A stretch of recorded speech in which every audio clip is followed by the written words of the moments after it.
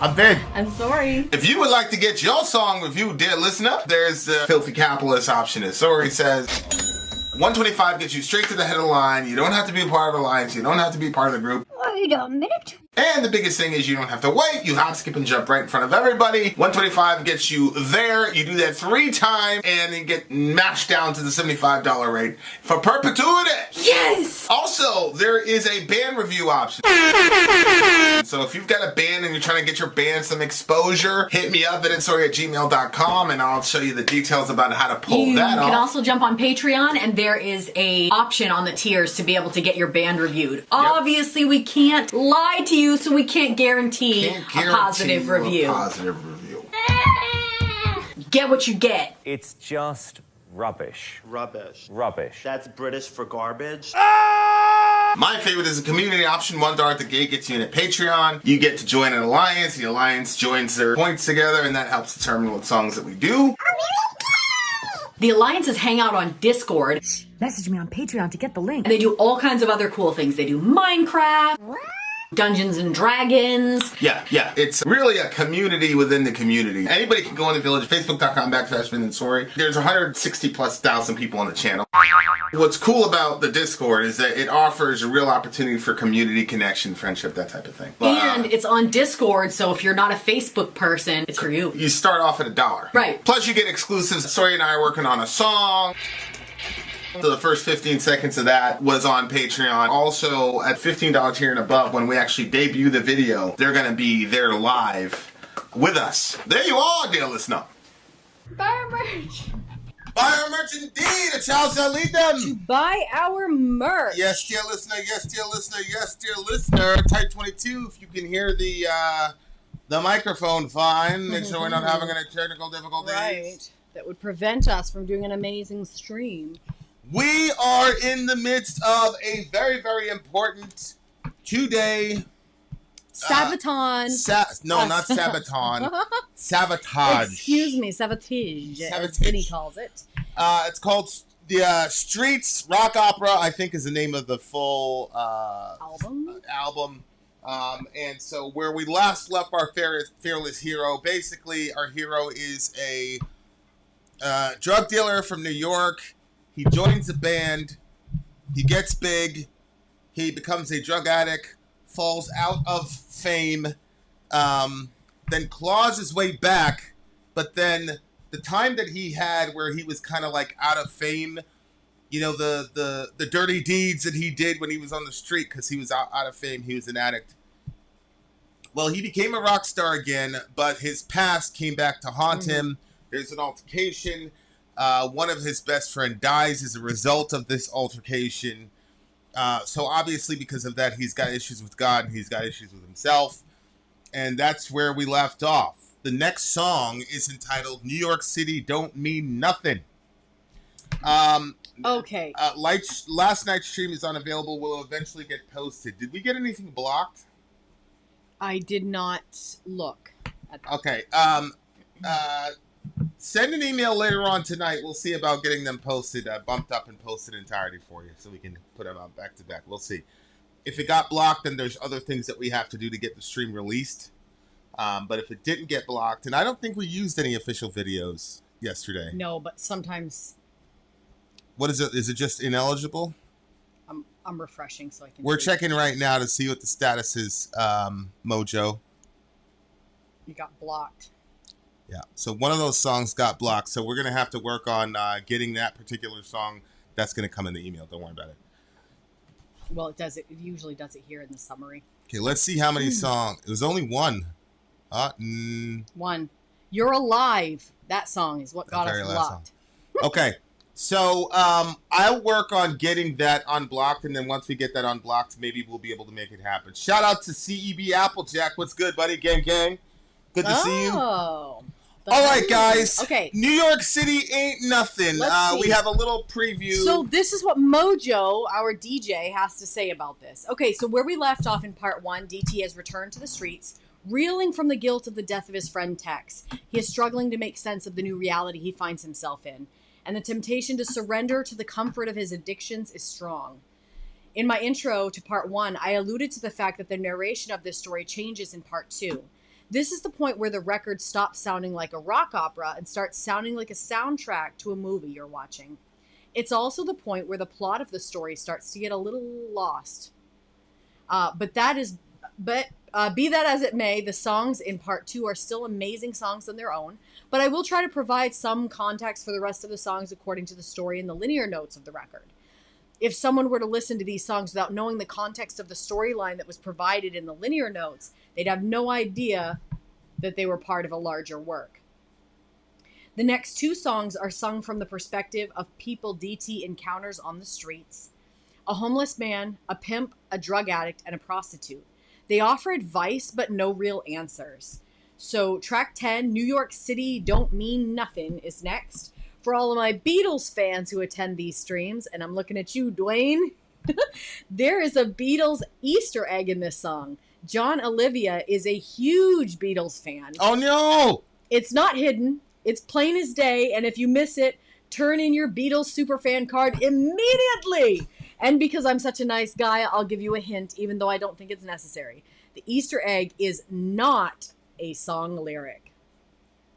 The Easter egg is not a song Is lyric. Dwayne here I don't know. to help us? We need your help. I'm not sure. Okay.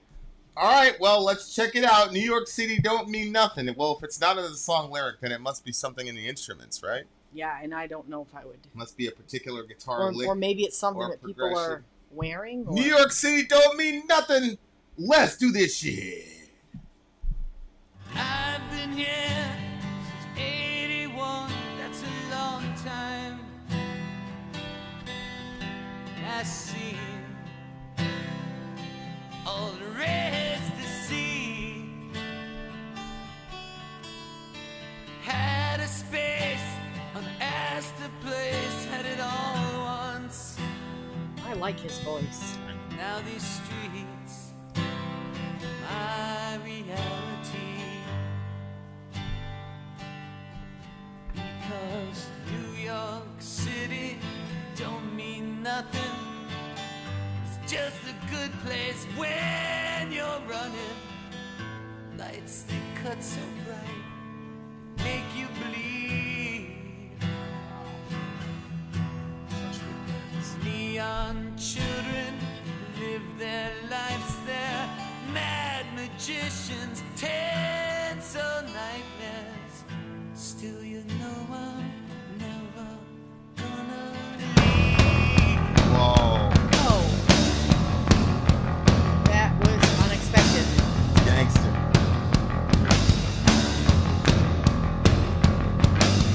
Never sleep alone on the subway.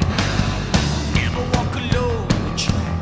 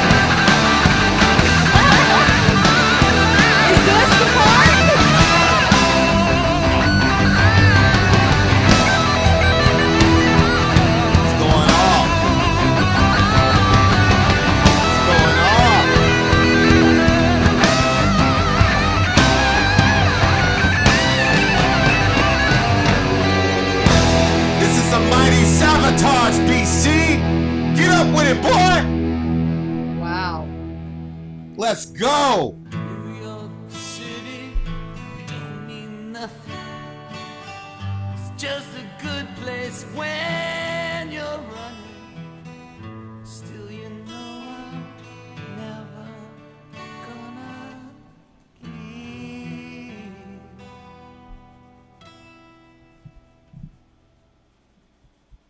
Okay. That was a good song. Yeah. Very interesting. The copy that I have is it going on for another minute. I don't know what's going on with that. But okay. Really strong song 1. Holy smokes. New York City don't mean nothing. What do you got? Well, it's very interesting because I always so when I was in college, we would take trips to New York City, and I remember seeing people change. Like they were one way at college and then they were another way when they got to New York. And I didn't like the transformation that the people would have when they would go there. And maybe it's because I come from a smaller town. Like New York City was cool to look at, but I didn't feel like, whoa, this is unbelievable and I want to live here. Right. I didn't mind visiting, but there was way too many things about the city that the glitz and the glam wasn't really for me when I'm walking down the street and I smell the nasty alleys and when I'm riding on the subway and I have to touch that bar and it's so nasty, one touch makes your hands feel that way. Just don't think about what you're doing. Yeah. There was just too many things like that. And then, people, this was the first time in my life I ever had doors just closed in my face. That never happened to me. Why? What happened? I think you live in a small town, and so why were people closing the door in your face? I think because everybody's so busy, they don't even think to open the door for a woman behind them. They just go through the door, and then the door, literally the door hit me because I didn't expect that. I was like, "What the heck?" And my friend was like, "Oh yeah, people don't open doors here. You can open your own door." I was like, "What?" Okay, but yeah. So when I saw how the girls would be to me kind of regular chill girls, and then when they would get to the city there was this obsession with their appearance, their outfits, their body type, their body style, their hair, everything became really stressful. And I didn't understand. I still don't understand what was going on because the city to me was who's gonna notice you? I know. I mean, I know. Really? I know. If you came to my town and you were all fixed up like that, you would get noticed. But you're not noticed here. Nobody's noticed here. So I didn't understand that. So yeah, to me, when he says, where did he say? Because New York City don't mean nothing. It's just a place when you're running, lights that cut so bright they make you bleed. That to me that's how I saw New York. I saw lots of homeless people on the side of the road, lots of people just rushing past them. It was cold. I don't like stuff that feels unfriendly, and it felt very unfriendly. Like I said, it was a fun place to visit and go around and see the sights and whatever, but it wasn't. I can see how if you were running, it would be a good place to kind of blend into the crowd, but yeah, but again, New York, especially at that time period, New York and LA functioned as that's where you would go to get your big break. Mm-hmm. That's one of the interesting thing about millennials is that New York City and LA are not as important anymore because you can become something from your own home with a camera, and you'll have have access to, it's like I was telling you, more people have seen us and have seen Clark Gable, which is ridiculous. But so those used to be the only two places you could go if you wanted to make it as a personality. Mm-hmm. And then of course that led to a lot of, taking advantage of kids, Skid Row. Oh, forcing kids into prostitution, all that kind of stuff, because Skid you got Row? all these young, Isn't there a band? Yeah. So I'm like, what are you talking about? What was Skid Row? Well, it's a specific area in New York. It's a very terrible area. It's downtown by Okay. No, I don't think Skid Row's in New York, actually. I think Skid Row is in, Hell's Kitchen is in New York. Skid Row, I think, is in LA. So anyway, either way, you had, both of those cities would attract people because LA is obviously the movie thing, and then New York has Madison Avenue, it's very influential. I don't think, like I said, this character, it was the strangest thing. I'm following this person on YouTube, and she basically said, I have to do YouTube. She's like, either YouTube or basically she's gonna jump off a bridge or whatever. What? Why? Because she doesn't want to work a regular job. Oh, yeah. You know, so she's like, YouTube has to work. And then there's all these people underneath it saying, yeah, exactly the same thing. I was like, holy shit. Like, what's her channel? She's got like 850 followers. I'm not going to mention who she is on air because she says a lot of terrible stuff because she's trying to get attention. Oh. Which is how I ended up following her. But it's just crazy. Like, the mindset is different. Like, I still think that's a horrible mindset, but I think it's better than I'm going to, you know, jump on a bus and go all the way to LA, have no friends, no family, and I'm going to be a waiter and then I'm going to make it big and famous. Mm-hmm. You know, that doesn't happen to 99% of the people that end up in those situations. So, but now the other side of it is that he's completely disillusioned now because he lost his friend. Mm-hmm. You know what I'm saying? Well, I've been here since 81. That's a long time, and I've seen all there is to see. Had a space in Astor Place. Had it, well, now the streets are my reality. Astor Place is a pretty expensive place to live over there in New York City. Hey, Michelle! That's her husband. Who? Michelle's husband. Which one? Michelle's husband is speaking close to her account. Oh, okay. This is D. What's good, Devin? Good to see you, buddy. Yeah, go ahead. What were you saying? Well, then he starts saying stuff like, never sleep alone on the subway. I can see why. Never walk alone on the tracks. Never take a ride to the edge of your mind unless you've got a ticket back. Uh-huh. Which I think is really fascinating considering like the, again, the Yoon stuff.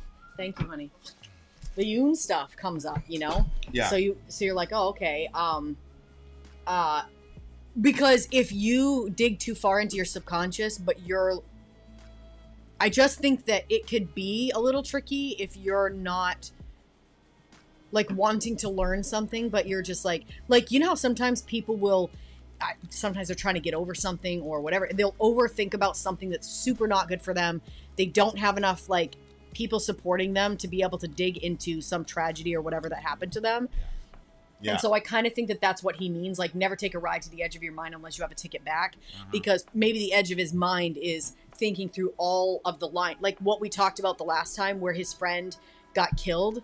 But the reason that his friend got killed was he had debts that he didn't pay. And when the guy came and said, hey, you owe us, instead of saying, yeah, you know what, you're right. Although I will say that MOJO is saying he's not sure that this is written from DT's perspective.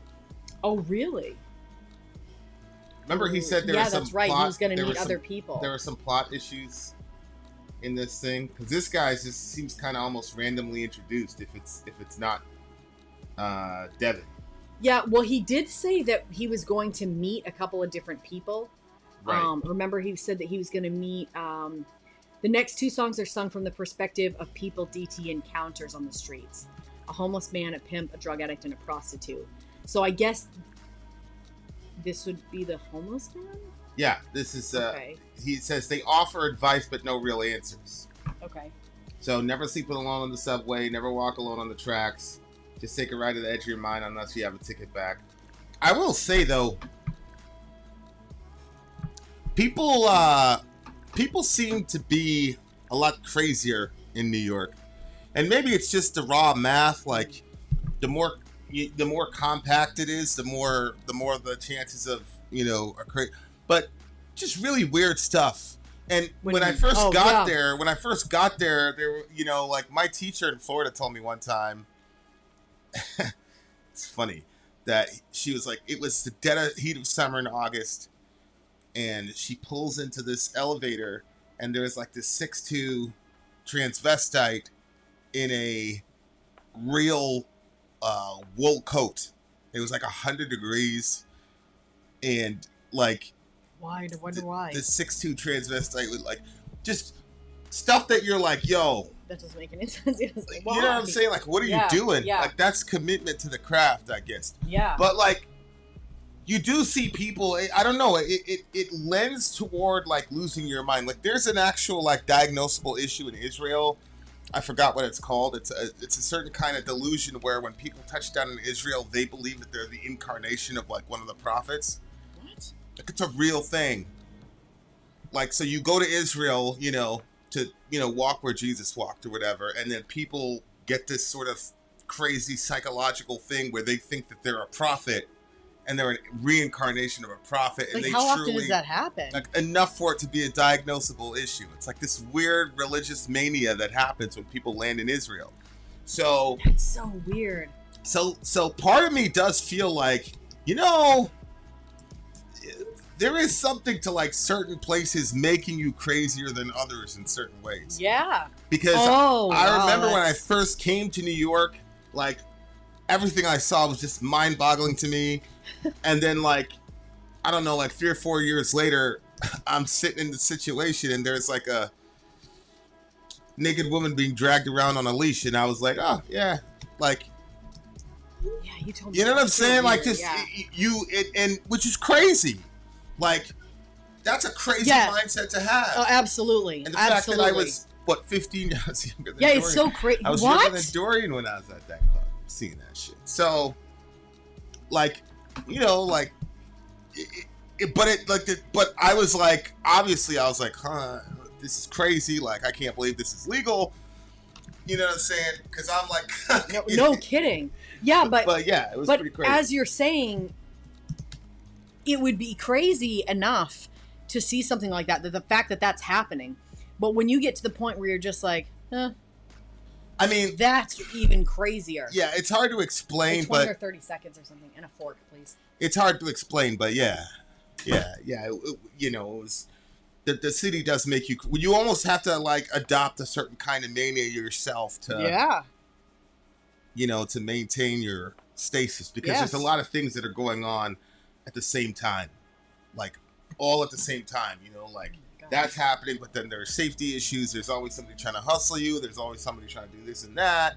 Mm-hmm. You have to be cognizant of what neighborhood you're in. So my point is like these things that are massive novelties to regular people when you're from New York, like you're almost, it's kind of like what Hoffman says about evolution. Like where evolution is gonna bias us toward fitness payoffs. It's not gonna bias us towards seeing reality as it is, right? So you quickly realize that if you look at these novelty items and novelty people and you get distracted by them, you're either going to miss your train, you're going to get robbed, something's going to happen, right? So then your mind starts adjusting and saying, yep, that's crazy, and then you just move on because you have so many other things that you have to balance out. Oh my gosh. You see what I'm saying? And so because of that, you become a certain kind of crazy yourself, where the window to what you will do in a public environment shifts, right? Like for me, like when I first came to New York,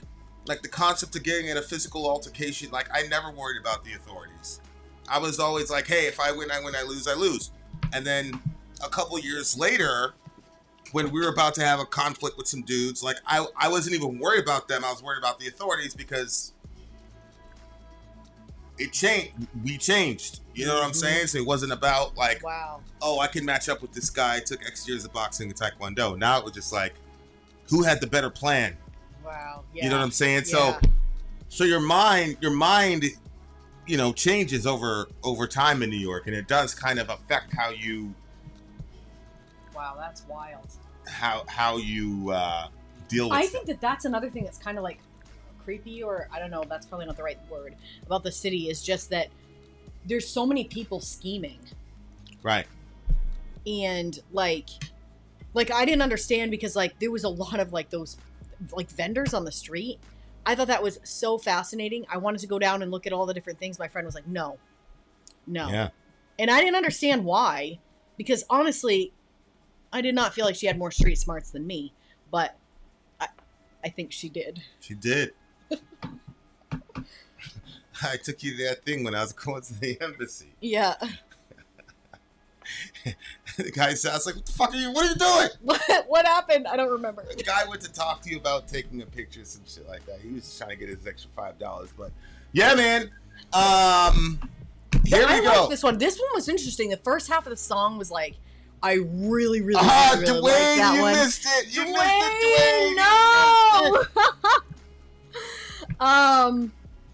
We just got done listening to and reacting to New York City Don't Mean Nothing, and MOJO had a little note for you. He said, for all my Beatles fans who attend these streams, I'm looking at you, Dwayne.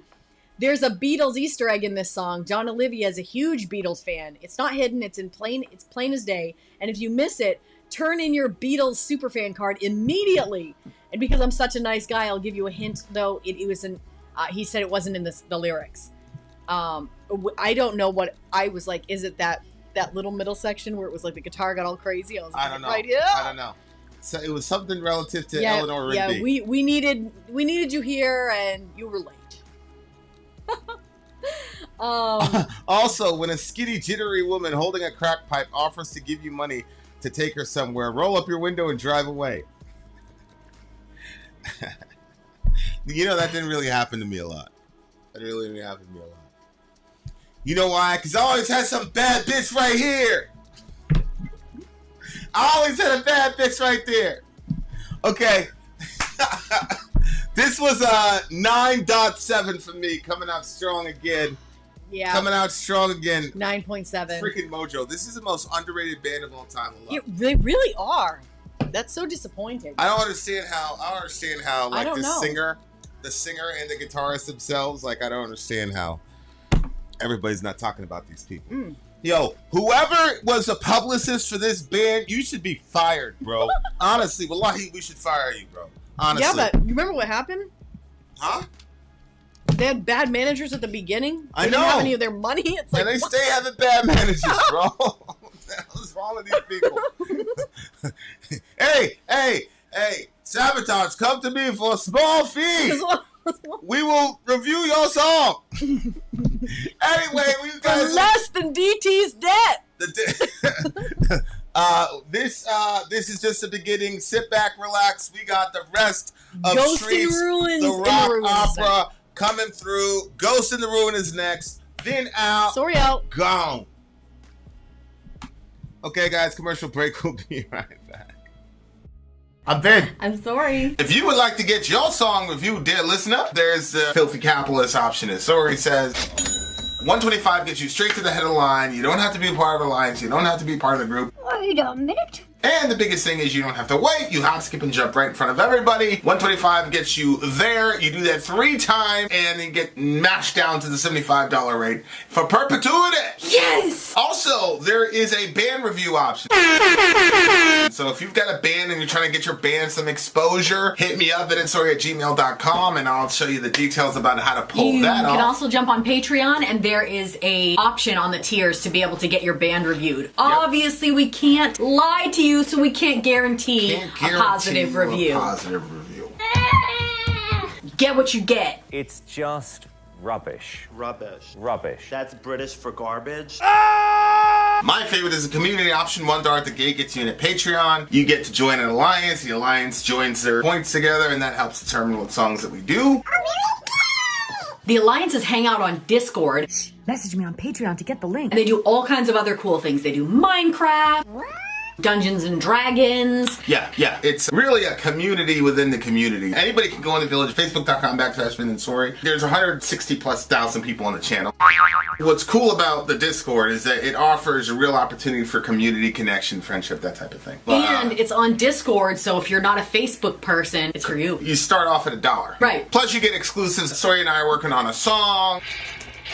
So the first 15 seconds of that was on Patreon. Also, at $15 tier and above, when we actually debut the video, they're going to be there live with us. There you are, dear listener. Buy our merch. Buy our merch indeed. A child shall lead them. That's okay. Thank you. All right. Huh? Okay. We are doing the SAVATAGE live stream for the big homie MOJO. He is our DJ today. If you want to know how to become one of our DJs, watch the commercial. I don't think it actually tells you how to be a DJ in the commercial because Oh, really? that was shot before we even invented DJ streams. Okay. That's true. I apologize. All right, guys, here we All right, go. Ghost in the Ruins is track 11, which is up next. Our DJ MOJO said this song has probably been my favorite of Chris's solos on the album. One of the things that has continually stood out about this band is that even though they've had some of the most capable rock and metal lead guitar players in the world playing in the band, even after Chris's death, they never felt the need to shoehorn a guitar solo into a song just because. If a song called for a solo, it got one. If a song didn't serve the song, if a solo didn't serve the song, it was not put in. That's the way it should be. Both Agreed. John and Chris wear their influences on their sleeves and with no apologies.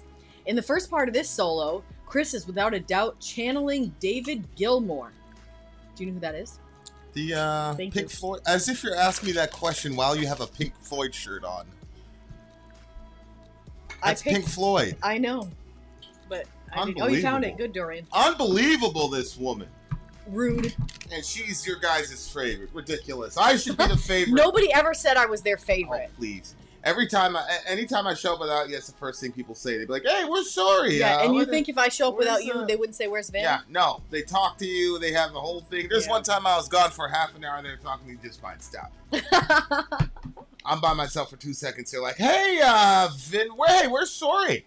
Please, babe, you come out here for hours. It'll and be an hours. ask me anything. Where's sorry? That'll be the question. That's on the ask me question. anything. Yeah. Well, I'm your other half.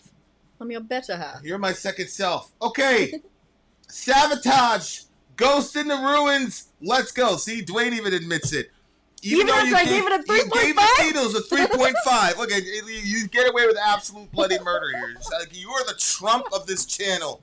That's so bad. Unbelievable. The Trump? Just get away That's with what- everything. That's what got Ben to hate me. That's true. So don't even bring up Trump. That's true. You know, to be honest with you, I am a and little now, bit sad. And now, poor Ben is here, but under a different name because he embarrassed himself. He said he'd never watch us again, but now he has to show up under a different name. Do you think he's here? Huh? You think he's here? Oh, he's here right now. Hey, Ben, you're a secret safe with me, buddy. Hi, Ben. This is your dignity. Okay, here we go. Ghost in the Ruin, SAVATAGE, Streets, a rock opera list. Yeah, let's check this out. Oh, I love that setting. Wayne. That's nice.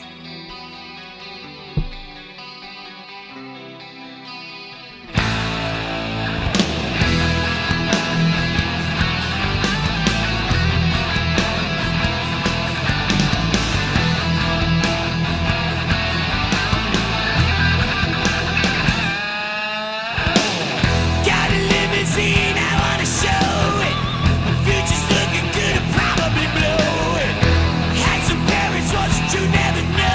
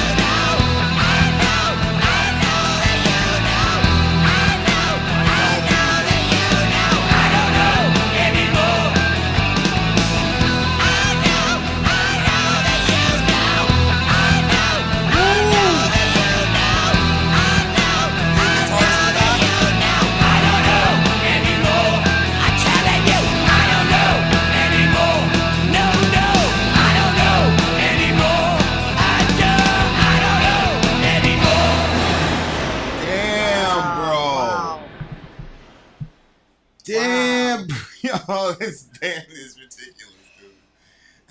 This band is ridiculous, bro. Oh my Man, god. I really liked the beginning of it. The whole thing was really good. I love that setting, that flange setting. The first time I discovered that setting on my Digitech distortion pedal, everything was in that, bro. I was like, yes, Really? look how pretty this sounds. Yeah! It brings a tear to your eye. Man. I thought you were going to say that's how you got the bad bitches by your side, was that setting. No. The bad bitches were in New York City. They didn't care about my guitar playing. You kidding me? They would have if you would have showed it to them. You don't really want that gunplay, huh? I think they would have if you would have showed it to them. I wouldn't have showed it to them. I didn't have time to practice. Well, no, actually. But that was well before I got my guitar, though, when I was running around. Oh, okay. All right, so this one... What the hell are you looking for? Can a young man make money anymore? Let my G tag down to the floor? Really doesn't matter just as long as I score? Can't my girl look better than yours? Can I have a bad bitch without no flaws? Come to see me. Actually. All right, let's go back to your regularly scheduled Where program. was that going? Back to our regularly scheduled program. Already in process, dear listener. I wish we had some hip-hop heads that would finish that line. You always do that, and all of a sudden you're like, what? All right. So he said that in the next two songs, he was going to meet a couple different people. So he said a homeless man, a pimp, a drug addict, and a prostitute. Obviously, this is about a prostitute. Maybe a pimp also? Because it starts out being, they got the money, you know, got a limousine, I want to show it. Future's looking good, I'll probably blow it. Pimp. That's what I was thinking, the pimp. And then later on, we're talking, obviously, about a prostitute. So friggin' sad. I'm the king of the ruins. But I'm doing well. I got dreams to sell tonight. Yeah, that's definitely a pimp. Mm-hmm. This is really interesting because it's setting sides of that. Both the pimp and the prostitutes essentially as victims here. Because the pimp is a ghost in the ruin. Who can finish Finn's convoluted bars? I can't even see what, like, my eyesight is not very good when I'm pregnant usually, so I can't see if that's a heart or if it's a tongue sticking out. It's probably her knee or something like that. It's a tongue. Okay, so yeah, so that's the interesting. Pimp and the girl are because both of them are ghosts ghosts in the ruins. In the ruins. But he's creating a situation where I mean, if I had to be one of the two, although, you know, obviously nobody wants to be. Well, I don't think like this. The way that they describe this prostitute, that's just so friggin' sad. But at the same time, like, you're the type of person that sells human beings. That's what I'm saying. Like, yeah, that's you. I forgot. I think it was Rachel Held Evans that prayed this prayer. She said, "Lord, we pray for freedom for the enslaved and for the enslaver." And I remember that, and I remember being really offended by that. Then I was saying, well, I mean, yeah, you do that because you're enslaved to sin, right? So you're still a victim of your own, you know, and, you know, there's certain situations in which Sin is its own punishment. It's very true. Receiving in their bodies a due penalty for their error. So, like, yeah, there's some of that going on with the pimp. Like, he looks like he's on top of the world, but he himself is. You are so funny to me. Huh? So you heard this woman praying, and you were offended by her prayer? Oh yeah, like this is fucking. Who does that? What do you mean? I didn't want any prayer, any forgiveness for enslavers. Yeah, I know, but I just, like, there's just some things that even if I would have felt that way, I would never have even let myself get to that point to think that I feel that way. Because, like, you're hearing someone's prayer and you're offended by their prayer. They're talking to God, not you. Yeah, well, I don't want them to talk to God on behalf of those people. What? Yeah, I get it. That makes sense. I don't do the Christianity thing where I'm supposed to do X, Y, I know, and Z. but that's like, what's so funny. I just tell God how I feel about shit. He basically said, "Yeah, just you'll figure it out one day. Don't worry about it." How long did it take before you were like? It took me years. That's acceptable. No, it took me years because something happened, and I was able. Actually, no, it was when we were in the gutter with those people, and we found that couple. That couple, remember, he was her pimp, and then they were kind of together, but he really wasn't. He was pimping her out, and she was pregnant. She was about to have an abortion. Yeah. And, she didn't, though. She kept that baby, and she is doing so good. And like that baby is her. The guy couldn't stay out of. The guy couldn't stay out of. He couldn't stay out of prison. That guy. Mm-hmm. And so then the line popped into my head when I realized, because I said to somebody, I'm like, he's just as trapped as she is. He can't get out of shit either because everybody in the neighborhood knows him as that. Mm-hmm. It's not like he's going to get a legitimate job. This guy's got a high school diploma, blah, blah, blah. Oh, so I'm like, he's just as fucked in this. And then that's when the line popped back into my head. Really? And then I said, oh, okay, well, now I understand. And that's how my relationship with God works, dear listener. I'm not recommending you try it at home, but if something doesn't make sense to me, I'm not going to pretend. I don't care how holy the moment is. I'm going to say, yo, this is bullshit, man. Fuck them slavers. All right. So anyway, that's how I looked at it. But this is what it reminded me of when you. It is acceptable. Dorian sent me that. It's just a meme. It is acceptable. That's how you felt. I guess you accepted that woman's prayer toward God. That's good. But they're both they're both ruined individuals. But there's got to be another layer of ruination if you are a person who can take because a lot of the girls in the sex industry, people don't understand. They think it's like, especially I always like when I hear neoliberals talk and they're like, we need to make prostitution completely legal and then we can regulate it. It'll be safer for everybody. It's like they don't know what the fuck they're talking about, those people. Mm-mm. And they live in this very simplistic world because they think they're looking at these relationships as business transactions. So the pimp is not really a pimp. He's a manager. She's, just using sex. It's just another stream of income, yada, yada, yada. What they don't realize is the vast majority of what you're calling a pimp is a dude that has convinced a harem of women that he's their boyfriend. Yep. That's what's happening. So a lot of these people with these laws and the way you can tell that they're only looking at this like from an outsider's perspective, that they've never really been in the gutter with these people. And you could tell they don't understand what the dynamics are, because then you have the bottom bitch, and the bottom bitch, really what that means is that person is basically like the aunts in Handmaid's Tale. She's the one that keeps the other women in line and all the rest of it. And he's got her convinced that even though he's screwing all these girls and she's just on the street just like everybody else, he has that woman convinced that she's his person. And he has them all convinced of that. And the newest one, he's got her convinced that he's bored with all of them and all the rest of it. A lot of it works in a relationship. And so when you look at the lyrics here, it's very interesting because you could tell that the pimp knew that. See the runaway there on the corner just to throw away, but somebody's daughter. Had a pretty face, so somebody bought her. Selling her soul away so to put in your order. She's selling her soul away, so put in your order. And then right here, in the second part of the lyrics when they repeat the chorus, but now they're talking about her. Well, maybe it's this part that you were going to say. She wants to belong. She knows what to do. Right. She's got to hang on. Ghost in the ruins. Right. She wants to belong. And so that's people don't understand that once this guy's got about 4 or 5 women, now those women become like this sort of secret club of lawbreakers and sufferers. And it creates this weird subculture that a person who's an outsider wants to be a part of. And the really good pimps use all of these mechanisms: fear, daddy issues, fear of being alone, not the popular girl, not desirable, blah.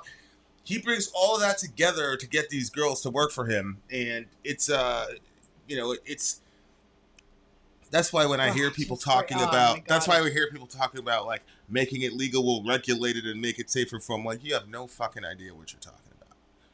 No, it will not. So it's so hard because like the more time that I spend thinking about the Nordic model has been used to great effect in Europe, not the New Zealand model. Right. Where in New Zealand you release all three phases of the sex game and they immediately become a destination country for sex traffickers. The Nordic model, which decriminalizes the woman, has been shown to have really, really good results. But not when you release all three. But I think that it's like the more time that I spend thinking about, girls in that situation, the more I realize that they really are kind of stuck in this rut. Mm-hmm. Rut is so mild compared to what I found, like the more I think about it, because you're in a situation where you're being used by men and you're stuck because of the women pimp. Sometimes. Yeah, and that's got to be addressed. Oh my God. In women sometimes. And so you're in that situation, but when these girls, once they've already been doing that, the way that women treat them is so horrible, and like you get what you get, and like where's the compassion? They're cold and they're evil to these girls. And I'm like, where do these girls have to go? You know what I mean? Like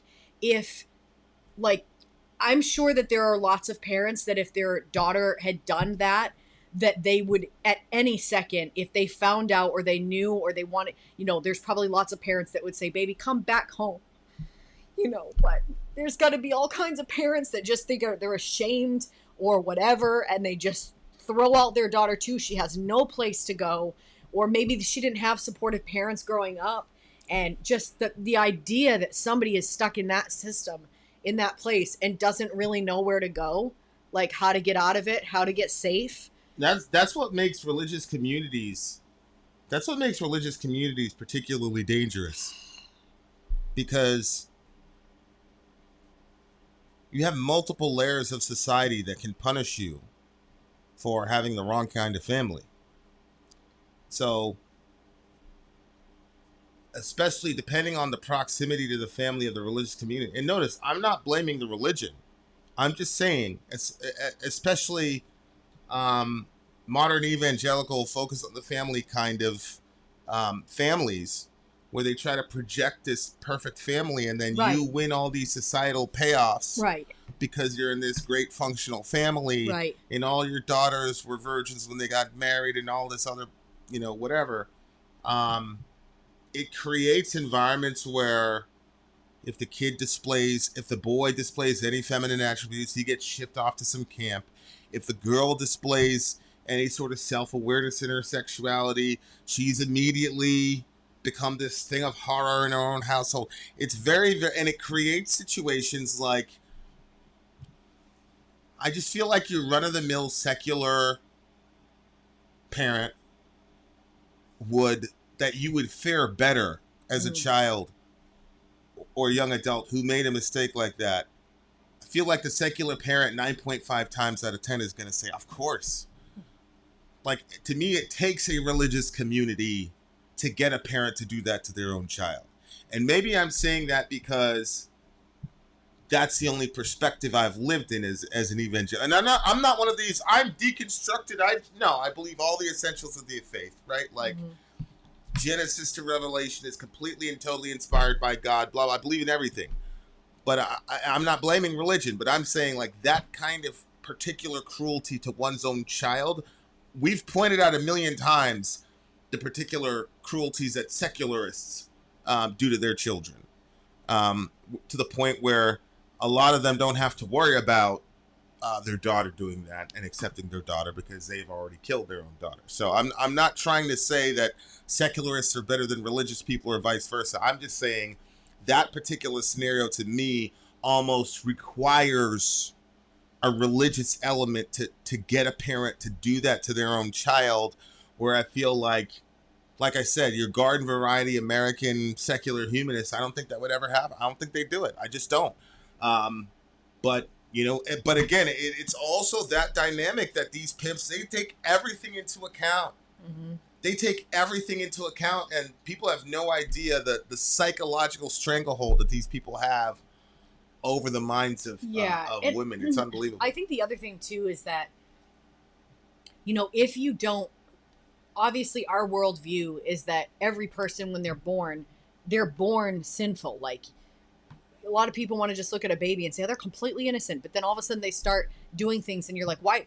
Who taught them that? Why are they doing this? Why are they throwing toys at that other kid? Why are they stealing from this other kid? Like, all these mean things that kids start displaying early on, where you're like, no, we know that nobody was assaulting anybody in front of these children. Like, where did they get this, And so when you have kids, you see that early on. But a lot of times people don't even realize that, hey, like, maybe this was in them before. And they're just displaying, like, as they're getting older and their personality is coming out, like, who they are is being shown. And so, like, I think that, because people don't kind of have that, like, as a base presupposition, I guess you could say, that people are sinful, then, you're raised with your family and you're going to see all the flaws of your family. And then you have this new person that comes into your life and you don't see all of that person's flaws, and they're going to present to you the best version of themselves. And so I think that sometimes the naivety of, how would you say that? Naivete. Same thing. Of these girls is that they're looking at this person and, like, almost like they're like a savior type person. They're going to do well, and then they end up, pushing their family out because they're trying to maintain this relationship with this guy because they think, okay, this is it. And then the parent, and then the kids get separated more from the parents. So I think that it's helpful for people to realize that if you only see good projected from someone and you never see anything negative, and there's something there. Yeah. Nobody's perfect. Yeah, and if they're specifically trying to separate you from your family members, that's a good indicator that you're in trouble. Right. The other thing about this is that the solo is incredible. The solo was absolutely incredible. The music is incredible. This vocalist to me is quickly becoming one of my favorite vocalists of all time. He's really good. And the thing is, a person could say, oh my God, you just heard the guy, you're being a prisoner of the moment. That's probably true. However, we're listening to 15, 16 songs of his in a row. I'm getting a good cross-section of what this guy is capable of doing. So that is my retort. Even though it's very recent, I still don't think it's recency bias because I've been listening to a bunch of this guy's song. I just think, I don't even know what the guy's name is. I think it's John. I don't know. I know the guitarist is Chris. I know the guitarist is Chris, and then there's a John. I don't know anything else about this band. But I don't care. I know that this singer is probably better than your favorite singer. 9.9, what do you give the song? Oh, man. 9.8. 9.8. Whoa, very good, very good, very good. We have more songs on the way. The next one is called If I Go Away from the band SAVATAGE. Stay where you are, dear listener. Vin out. Sori out. Gone. All right, guys. Commercial break. We shall return. I'm Vin. I'm Sori. If you would like to get your song reviewed, dear listener, there's the Filthy Capitalist option. As Sori says, 125 gets you straight to the head of the line. You don't have to be a part of the alliance. You don't have to be part of the group. Wait a minute. And the biggest thing is you don't have to wait. You hop, skip, and jump right in front of everybody. 125 gets you there. You do that 3 times and then get mashed down to the $75 rate for perpetuity. Yes! Also, there is a band review option. So if you've got a band and you're trying to get your band some exposure, hit me up at Sori@gmail.com and I'll show you the details about how to pull that off. You can also jump on Patreon, and there is a option on the tiers to be able to get your band reviewed. Obviously, we can't lie to you, so we can't guarantee a positive review. Get what you get. It's just rubbish. Rubbish. Rubbish. That's British for garbage. My favorite is the community option. $1 at the gate gets you in at Patreon. You get to join an alliance. The alliance joins their points together, and that helps determine what songs that we do. The alliances hang out on Discord. Message me on Patreon to get the link. And they do all kinds of other cool things. They do Minecraft, Dungeons and Dragons. Yeah. It's really a community within the community. Anybody can go in the village, facebook.com/Sori. There's 160,000+ people on the channel. What's cool about the Discord is that it offers a real opportunity for community connection, friendship, that type of thing. And it's on Discord, so if you're not a Facebook person, it's for you. You start off at $1. Right. Plus you get exclusives. Sori and I are working on a song. So the first 15 seconds of that was on Patreon. Also, at $15 tier and above, when we actually debut the video, they're going to be there live with us. There you are, dear listener. Buy our merch. Buy our merch indeed. A child shall lead them. To buy our merch. Yes, dear listener. Yes, dear listener. Yes, dear listener. Sabotage, If I Go Away is the next song on our stream. What, babe? Is there a little summary for that one? It's very short. This song is supposed to represent DT's desire to just disappear. Forget everything he's been through and just start over somewhere else. Yep. Okay. That makes a lot of sense. All right, let's check it out. Let's check it out, dear listener. SAVATAGE, If I Go Away. And this is a lyric video. Let's do it. Ouch!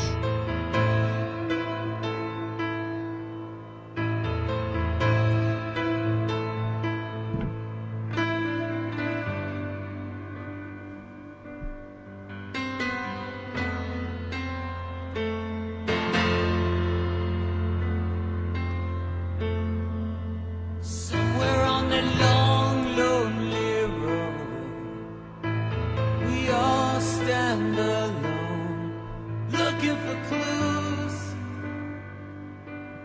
from our different views.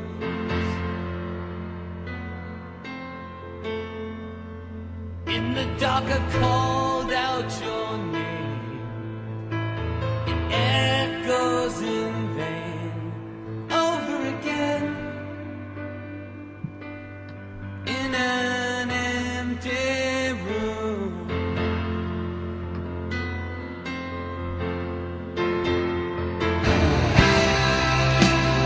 If I go away, what would still remain? Me.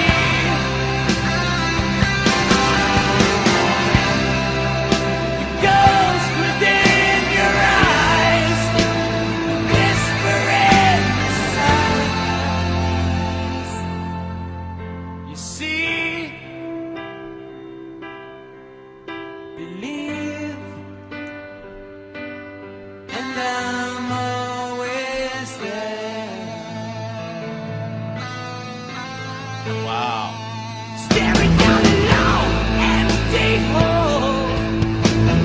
Pictures on walls, all with your name.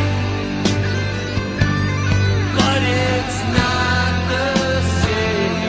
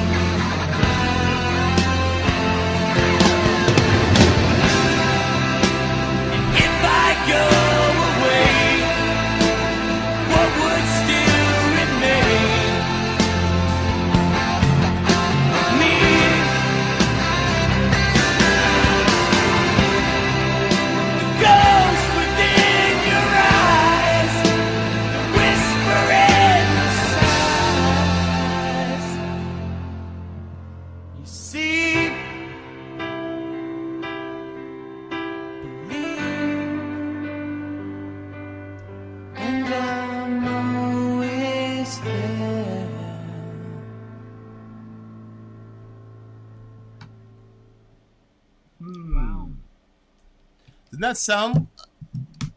I was going back and forth between, is he talking about himself, or is he talking about missing his homie who died, or is he talking about both? Yeah. What do you think? Yeah, to be honest with you, I was a little confused too, because it didn't seem like explicitly clear that he was just talking about himself. Okay. He says, in the dark, I've called out... Did you have a favorite line? Well, I had a favorite part when it went ding, ding, ding, and he went exactly with the guitar line. Yeah. What was yours? The ghost within your eyes, the whisper in your sighs. Yeah, it looks like he's talking to someone, because you go right to verse 2 or stanza 2, scroll up to stanza 2. It says, in the dark I've called out your name, it echoes in vain over and over again in an empty room. Yeah, I know. That sounds like he's talking about his friend. Unless you're going to go, like, really, like, Yoon. Why?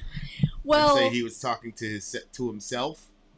Yeah, like the better version of himself, or so he... Remember we talked about that? Like, you know, he kept talking about wanting to go back to what he was before. Right. So, like, talking to that version of himself, like, I've called out your name, like the whole, like, looking in a mirror, not really recognizing yourself because stuff is too much has changed, and, like, probably wanting that version of himself before the death of his friend. If I go away, what would still remain of me? See, even that kind of sounds maybe like... he's looking at the entire existential thing itself, because if you look, it says, somewhere on that long, lonely road, we all stand alone looking for clues from our different views. So it looks to me like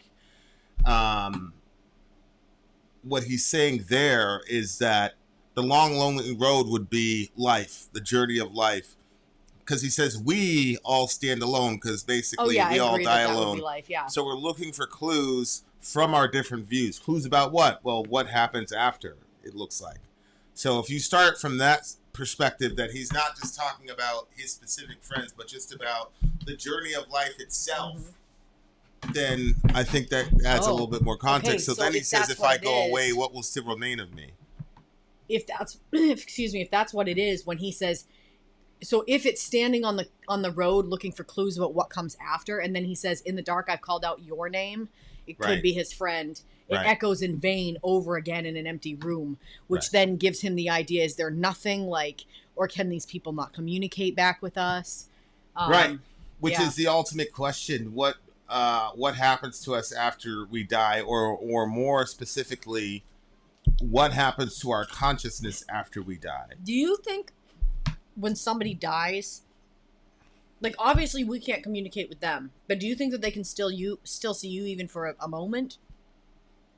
What do you mean by that? Like, do you think that there's any crossover time? Like, okay, well, first of all, do you believe that your spirit, soul, whatever, just kind of floats up? Do you believe that angels come and bring you? What do you think happens? I don't believe the spirit and the soul are physical, so they couldn't bring you up. Well, to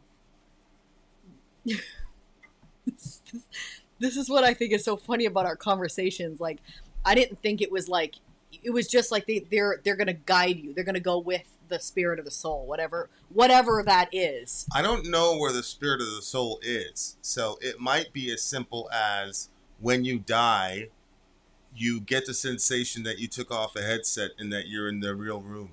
You're in your real room. So, like, if I was in a virtual reality game and, you know, my guy fell off of a cliff, and you can kind of see the ground coming to you, and then somebody takes off your headset. They didn't carry me anywhere. I was simultaneously in both realms. Right. It's just my consciousness was directed toward this particular realm. So I think when you die, it'll probably be more of that kind of an experience than a traveling up type experience. What about the homie that got swept away by the well, there's a couple things Elijah when the chariot came to get him, and I understand he didn't die. Chariot safari, yeah.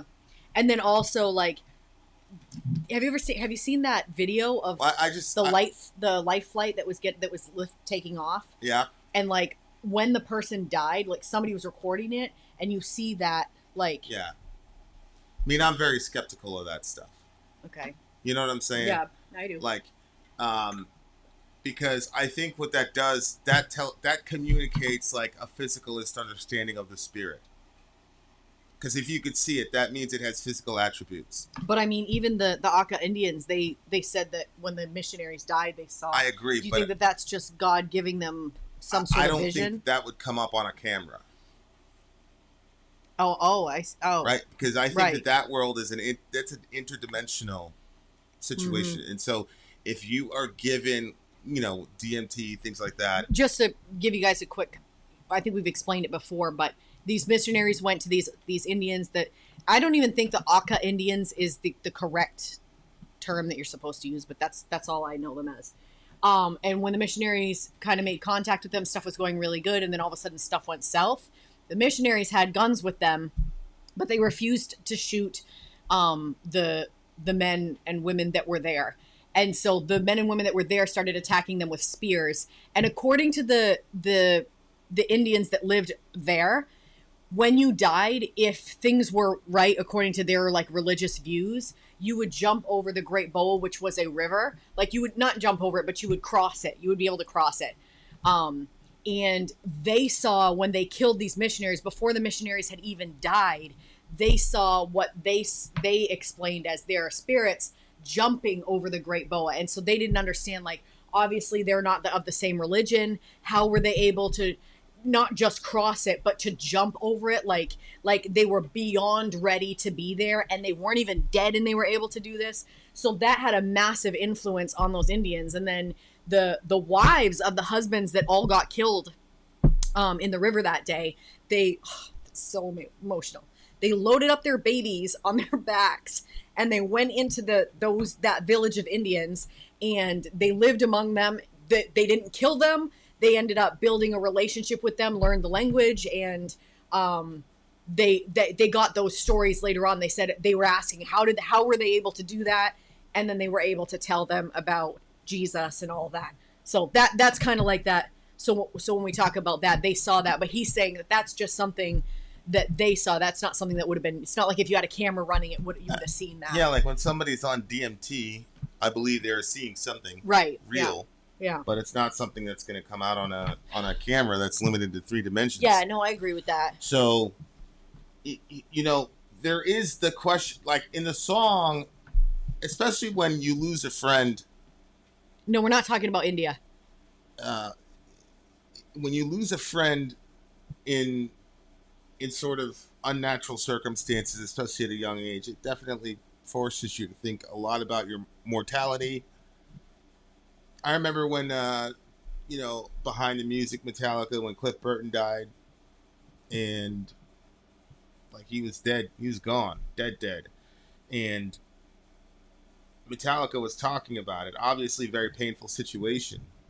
And Kirk said they just got completely, totally wasted, drunk, horrible. And Kurt was saying he was walking up and down the street saying, "Where's Cliff?" Screaming, "Where's Cliff?" So those questions, especially when you're young, I remember the first time, it happened, it was a really crazy, crazy feeling to be like, yo, this dude was here, he's not here anymore. Like, oh, it's crazy. So it makes you ask those questions, and it makes you really, dig into what the meaning of life is, all the rest of that stuff. And I just think with human beings that the relationships we all have with each other are so strong and so transdimensional that I don't care what your stated belief or non-belief system is. Anytime you lose somebody like that, you're going to ask those questions, and you're going to have to, make those, find a way to make peace with the idea that you will or will not see them again. And again, for me, it's like, why? What is this preoccupation with death that we have? How does that help us replicate the species? Mm-hmm. You got a lot of people who have great genetic profiles that should be able to, replicate their species, but they lose somebody very important to them and they can't get over it. Mm. Yeah. there's all these things where it's like we're not just animals who have been naturally selected towards evolutionary proficiency. Like there's something else going on with us, because there's a lot of habits that human beings have that we romanticize, that we present as good things, that do not work toward survival and gene replication. Right, yeah. Like Absolutely. Romeo and Juliet being the greatest love story of all time in the Western world does not comport to that. You got these two kids in the prime of their youth. Evolutionarily speaking, we should be completely against that, because those are the last people on the planet. I mean, the Goldilocks zone is 20 to 24 to have children. That's right where they were. So, like, what else is happening with us? Right. Why are these human relationships so deep? And sorry, survival and gene replication doesn't explain the depth of the connection between us. And so I think, you know, that among other things is why I think materialism is just doomed. I think it's doomed. And I think something else, I think panpsychism is going to kind of replace it, but that's kind of wobbly, and then it's going to be a free for all in the scientific community when you get quantum physicists in there. So I don't know, but this question is like, yeah, he's personally sick of it all, I think, and he's like, yo, like there's just been too much back and forth, but at the same time it's also like, what is the entire point of this at the existential level? Yeah. What are we doing here?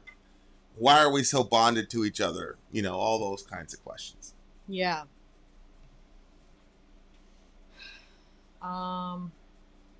Maybe, and then there's also this, staring down a long, empty hall, pictures on the wall, all with your name, but it's not the same. Yeah? What do you make of that? Because that, again, I could see it being both ways. I could see it being like, you know, they have, you know, memories of this person up, and he's seeing them, but why would he be in a situation where he would be seeing them?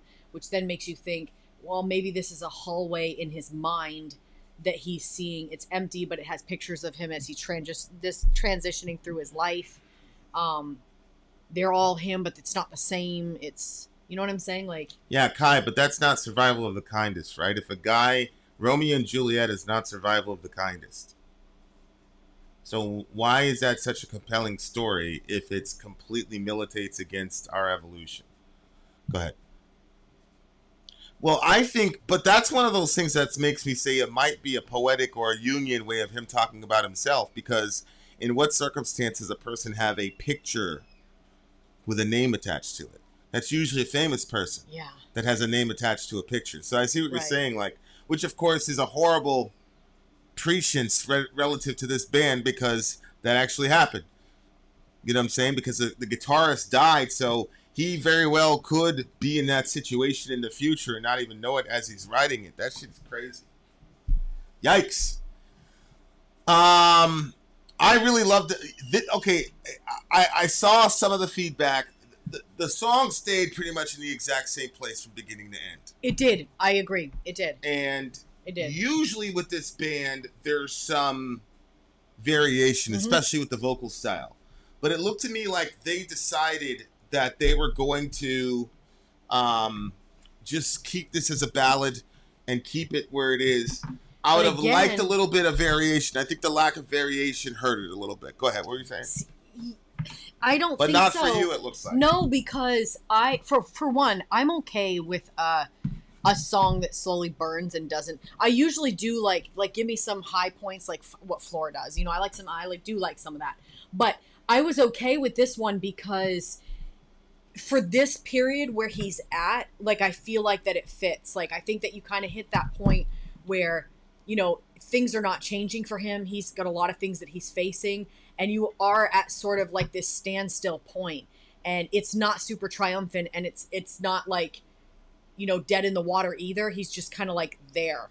And I felt like that the music communicated it, but I still felt like that the music communicated it in a beautiful way. So it wasn't just like, it didn't feel gray. It still had a beauty to it, like a sorrowful sort of beauty. So I personally still liked it a lot. I'm going to give this one a 9.75. This is still, you know, very high for me. This is a solid 8.4 for me. Solid 8.4 for me. Don't touch that dial, dear listener. We have more SAVATAGE, a streets and opera coming up for you very, very soon. Vin out. Sorry, out. Out. All right, guys. Commercial break. You guys know the drill. We SAVATAGE. I'm Vin. I'm Sori. If you would like to get your song reviewed, dear listener, there's the Filthy Capitalist option. As Sori says, 125 gets you straight to the head of the line. You don't have to be a part of the alliance. You don't have to be part of the group. Wait a minute. And the biggest thing is you don't have to wait. You hop, skip, and jump right in front of everybody. 125 gets you there. You do that 3 times, and then get mashed down to the $75 rate for perpetuity. Yes! Also, there is a band review option. So if you've got a band and you're trying to get your band some exposure, hit me up at itsori@gmail.com, and I'll show you the details about how to pull that off. You can also jump on Patreon, and there is a option on the tiers to be able to get your band reviewed. Yep. Obviously, we can't lie to you, so we can't guarantee a positive review. Get what you get. It's just rubbish. Rubbish. Rubbish. That's British for garbage. My favorite is the community option. $1 at the gate gets you in a Patreon. You get to join an alliance. The alliance joins their points together, and that helps determine what songs that we do. The alliances hang out on Discord. Message me on Patreon to get the link. And they do all kinds of other cool things. They do Minecraft, Dungeons and Dragons. Yeah. It's really a community within the community. Anybody can go in the village, facebook.com/Vin and Sori. There's 160,000+ people on the channel. What's cool about the Discord is that it offers a real opportunity for community connection, friendship, that type of thing. And it's on Discord, so if you're not a Facebook person, it's for you. You start off at $1. Right. Plus you get exclusives. Sori and I are working on a song. So the first 15 seconds of that was on Patreon. Also, at $15 tier and above, when we actually debut the video, they're going to be there live with us. There you are, dear listener. Buy our merch. Buy our merch indeed. A child shall lead them. To buy our merch. Yes, dear listener. Yes, dear listener. Yes, dear listener. Look, it's not like anybody was asking, but I'm still going to tell you guys. Every time I get pregnant, I get gestational diabetes, which is temporary diabetes while you're pregnant. It's super annoying. To check your blood all the time. They worry more about the baby, blah, blah, blah. Anyway, I prayed like crazy this time. I was like, Lord, please get me off the hook this one time. And so the last 3 pregnancies I've had it every single time. This time, woot, your sister doesn't have it. Yay! So I'm very happy about that. Mashallah. See, God answers prayers, inshallah. Mm-hmm. Okay, track 13, Agony and Ecstasy. I guess this song is supposed to represent a last temptation for DT. To return to his old life, but the song has always seemed to me to be out of place. I would have placed it earlier in the track listing. I suspect that it was placed here simply for pacing on the record. The last 3 songs are a little subdued, and I think they felt they needed something up-tempo towards the end of the record to balance everything out. Okay. Nevertheless, it's a banger. And I always kind of considered this song to be Savage's SAVATAGE's. Yeah, he put Savage's Master of Puppets. SAVATAGE's Master of Puppets. And when I say this, I mean in terms of the subject matter and lyrical style. Master of Puppets is an iconic song and a masterpiece in its own rights. It has very few equals in metal. This is known. All right? That's because it's impossible, Kai. Okay. Okay, here we go, guys. Let's do it. Agony and Ecstasy. Let's go.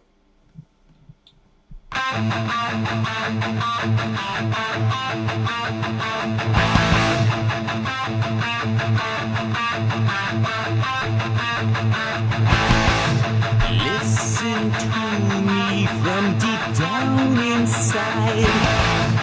I'm the madness that just will not die. With no regrets of what I do to you. Before the night is over, you'll be crawling to me.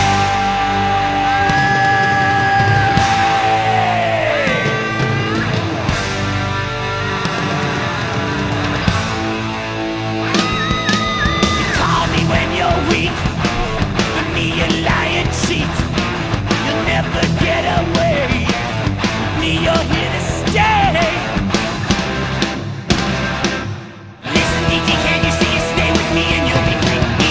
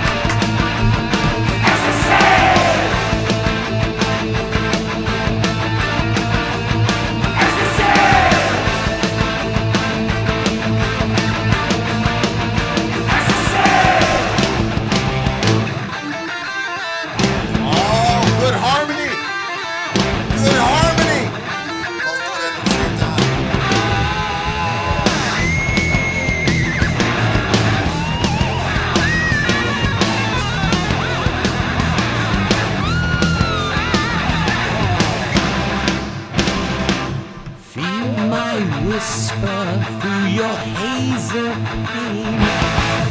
Hear the calling of the neon vein. See my name upon your soul's marquee. I am agony and ecstasy.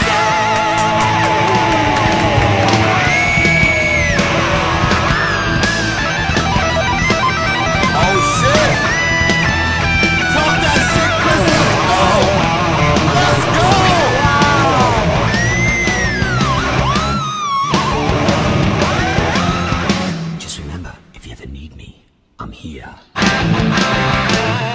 Oh man. That's what at the end of Puppets. Yep.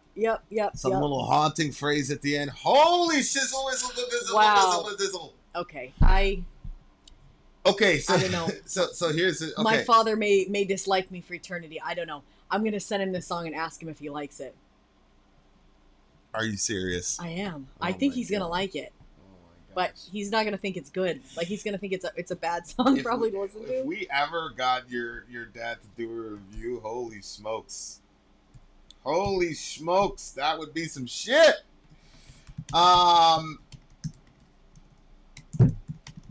There's no cursing in it, right? There was no cursing. I didn't miss any cursing. Nah, there's no cursing in it. There's no cursing. She's gonna send it to her dad. This should be a very fascinating exchange, inshallah. Okay. Okay. Okay, go. What do you got? It was a fun song. Like, it was really moving. I agree with you, Mojo. I think that it's a little misplaced if you're going, like, if you're doing the album start to finish. It does seem like this should be back before he went to the stage when Jesus returns. You know what I mean? Yeah. Like, it seems like it would fit right there because he's saying, like, I've got you. You're going to stay here. This is good for you. Blah, blah, blah, blah, blah. I don't know. It makes perfect sense. His friend died. He turned to God. God didn't give him any answers. He's still upset about it. So it would make sense that the drug would come on heavier than ever. At its lowest point, it would make sense that the drug would be more aggressive and more loud, because that's usually what happens when you're tempted or you're in a bad situation. Bad things get amplified. It's not like temptation goes, oh, you know what? You're having a rough time. I'm going to come in quietly too then. No, yeah, I agree with that. I'm just like, I think if you're in the throes of it, like there's certain things that the drug or whatever says to him that I think that because you're already in the throes of it, there's nothing you can do. But if you're outside of it, so for instance, he says, you call me when you're weak. Okay, you got to think he's sober at this point. Yeah, but it's the drug. Call me when you're weak. For me, you'll lie and cheat. You'll never get away. With me, you're here to stay. Listen, DT, can't you see? You'll stay with me and you'll be free. Even as I soothe your soul, I'll tear you down and make you old. Yeah. Like, it doesn't seem like that the drug, I feel like when the drug is trying to tempt him to come back, like, it's not going to be like, also, there's also the shitty side. I feel like that it would only be like all the positives. Oh, we're going to feel so good. Or can escape that thing. The fact that he's hearing the negative too, to me seems more like he's in the midst of it, because at that point you're already stuck into it. Like, there was stuff that you said to our friend that you said, like, this will kill you and stuff like that, but it had no effect. Yeah, but like when I'm playing in Madden, I feel so confident that I will tell the other player what I'm going to do. So I'll tell. Yeah. Or on the basketball court, like if I see that somebody can't guard me, I'll tell them what I'm going to do before I do it. Or jujitsu. Just to get more in their head? It's a way of saying I own you so much that I can tell you what I'm going to do, and there's nothing you can do to stop it. So that, when the thing says I'm going to do this to you and I'm going to do that to you, I don't think that's because the drug feels that it's got that much power, that it's that there's no way that he's not going to do that. Okay, yeah. So it makes perfect sense to me in the progression of the album, 100% to me. He says, you just keep on coming back to buy another nickel sack. Remember, we were trying to figure out if that was like candy or if it was actually drugs? No, I told you a nickel bag was drugs in the hood, but the first song didn't say nickel bag. It said nickel candies or something like that to buy his first guitar. But yeah, like, I don't know, the drug, which is really fascinating, because if I go with Don Hoffman's conscious agents theory, what that would mean is the drug that we call crack or heroin or whatever it is a collection of consciousnesses, actually. So you know, in Hoffman's world, a rock is a collection of consciousness. So everything that we see in the, quote, physical world are simply groups of conscious agents who have decided to represent themselves that way in the physical world. So the chemicals that go into what crack or heroin is in Hoffman's world are still actually conscious, which would then mean that they would be malevolent consciousnesses. So in Hoffman's universe, heroin really can feel that way. I'm not talking about a person on heroin. What I'm talking about is the drug heroin itself in conscious in Hoffman's universe is actually conscious and aware of itself, and not only aware of itself, but aware of the multiple consciousnesses that make up what we call in this world a physical chemical compound. So, as I said, they would be by default malevolent consciousnesses, because they would know that they're going to cause a deleterious effect on the body and mind of the person that's using it.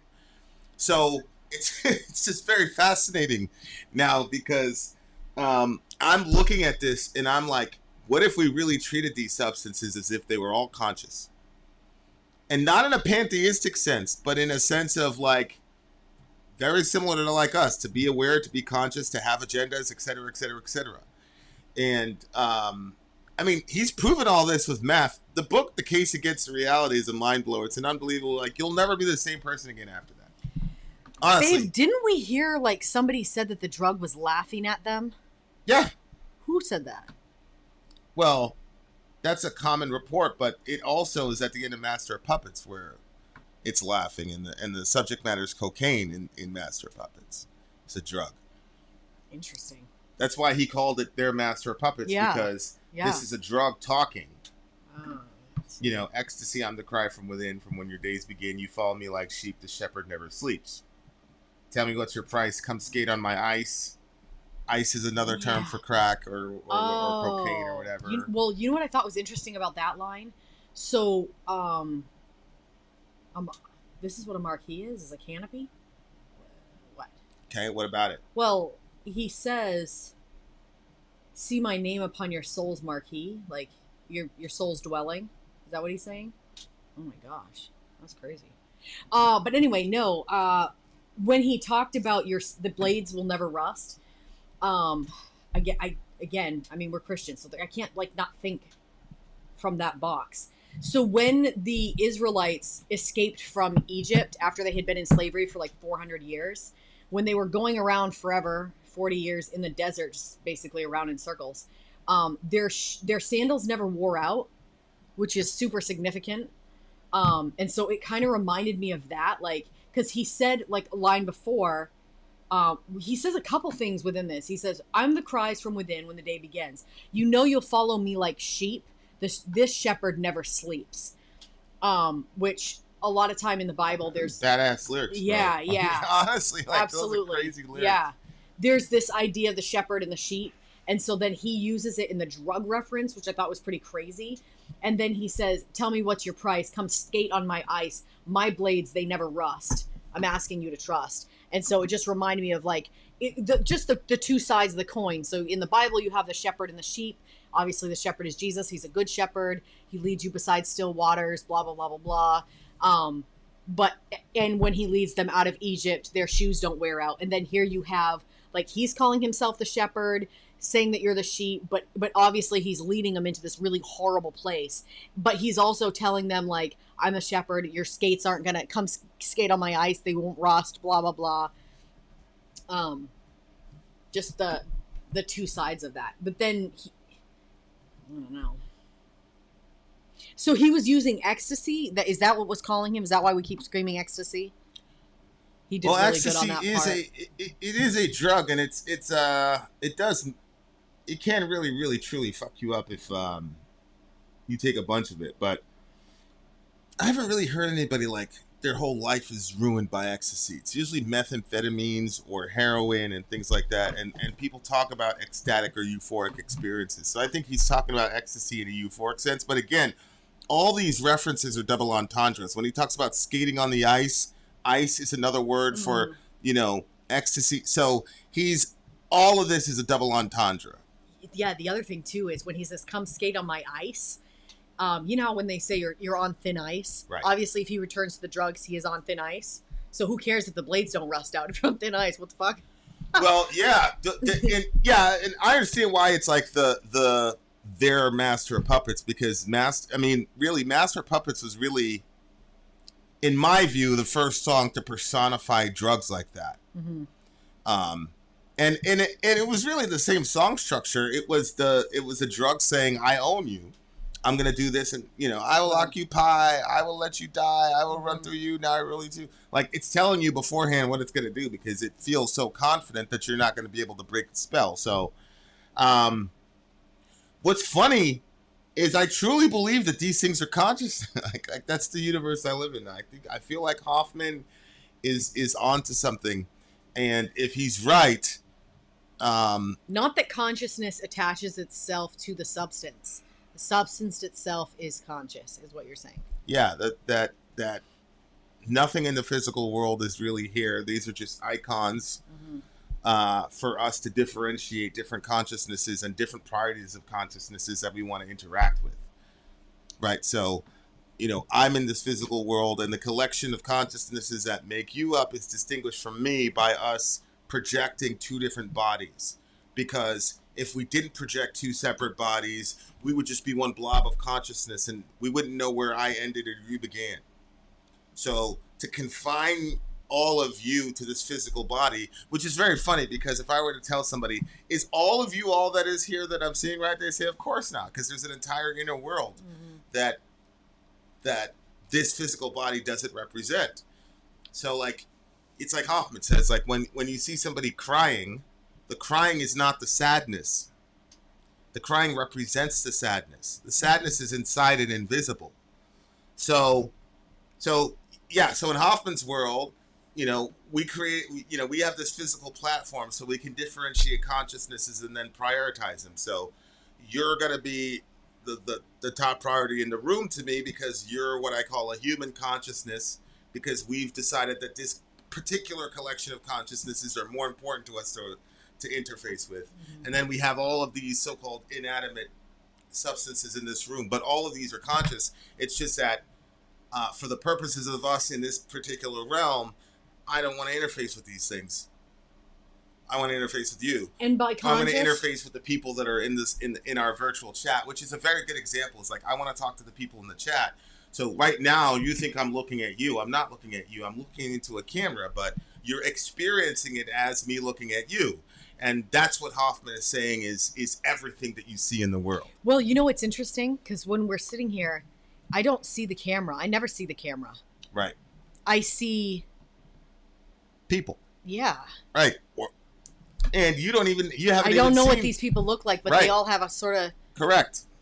Look. Right. And it's with a their humanoid. name. It's a humanoid look, of course. Yeah. It's an outline of a humanoid and all the rest of it. Yeah. Exactly. So that's literally the world. So in that kind of a world, then the drugs would absolutely be alive, have intentions, have desires, have emotions, have an ego, have an agenda, all that. Yeah. He okay. ends it with, and just remember, if you ever need me, I'm here. Right. Okay, what do you get this song? I really, really like this one. I think this one's a 10 for me. This one's a 10? I think so. I really, really like this one. Holy ailey. 8.9 for me. Really? 8.9 for me. Man, I wish my dad would respond. He's probably asleep, I would assume. It's only 7:49. Okay. He said his phone doesn't give him notifications very often. Well, so. Don't worry about that, dear listener. What we can talk about, though, is Somewhere in Time. That is the name of the next SAVATAGE song we will be reviewing from the big homie MOJO. This band is deep, y'all. Deep lyrics, deep guitar work, really, really deep stuff. Just a bunch of NPCs, John Ryan says. Yeah, kinda. Then out. Sori out. Gone. All right, guys, commercial break. We shall return. I'm Vin. I'm Sori. If you would like to get your song reviewed, dear listener, there's the filthy capitalist option. As Sori says, 125 gets you straight to the head of the line. You don't have to be a part of the alliance. You don't have to be part of the group. Wait a minute. And the biggest thing is you don't have to wait. You hop, skip, and jump right in front of everybody. 125 gets you there. You do that 3 times, and you get mashed down to the $75 rate for perpetuity. Yes! Also, there is a band review option. So if you've got a band and you're trying to get your band some exposure, hit me up at itsori@gmail.com, and I'll show you the details about how to pull that off. You can also jump on Patreon, and there is a option on the tiers to be able to get your band reviewed. Obviously, we can't lie to you, so we can't guarantee a positive review. Get what you get. It's just rubbish. Rubbish. Rubbish. That's British for garbage. My favorite is the community option. $1 at the gate gets you in at Patreon. You get to join an alliance. The alliance joins their points together, and that helps determine what songs that we do. The alliances hang out on Discord. Message me on Patreon to get the link. And they do all kinds of other cool things. They do Minecraft, Dungeons and Dragons. Yeah. It's really a community within the community. Anybody can go in the village. Facebook.com/Vin and Sori. There's 160,000+ people on the channel. What's cool about the Discord is that it offers a real opportunity for community connection, friendship, that type of thing. And it's on Discord, so if you're not a Facebook person, it's for you. You start off at $1. Right. Plus you get exclusives. Sori and I are working on a song. So the first 15 seconds of that was on Patreon. Also, at $15 tier and above, when we actually debut the video, they're going to be there live with us. There you are, dear listener. Buy our merch. Buy our merch indeed. A child shall lead them to buy our merch. Yes, dear listener. Yes, dear listener. Yes, dear listener. All right, you guys. We have, we just finished Agony and Ecstasy. Yeah. Also, MOJO in between on the commercial. I called my dad Oh, to have him listen to the song and give it a rating from 1 to 10. So I'll let you know if he responds. Okay. So let's see. What do we? Somewhere in Time by the band SAVATAGE. Okay. Tracks 14, 15, and 16. He said, MOJO, our DJ, says, here is where the rubber meets the road. You've probably at least guessed by now this record is about recovery and everything that goes along with that process. The guilt and the ability to speak forgiveness from others, but also to be able to forgive oneself. So it's not surprising that these last 3 songs will have some heavy religious overtones to them. Oh. Don't talk about your religion on your channel. I'll unsubscribe. They'll have some heavy religious overtones to them, and that may turn some people off, that's a quote from the comment section. Sorry, sad face. I consider myself to be an agnostic. I believe we are all on a journey, and that journey doesn't end when our life here does. But I haven't the slightest idea what comes next. Well, we'll all find out soon enough. Even though I'm not a believer, I love these last 3 songs, and they still give me comfort in a way. Now, as far as how the story ends, these last 3 songs do not really match up with how the story in the linear note ends. It's almost as if some songs are missing from this story. For brevity's sake, I will paraphrase how the story ends. Wandering the streets, tempted to return back to his old life of addiction, DT is about to give up when he notices a crowd gathering around something on the sidewalk. He makes his way closer and sees a man collapsed against the wall of an old tenement building. It's obvious that the man has been living on the streets a long time.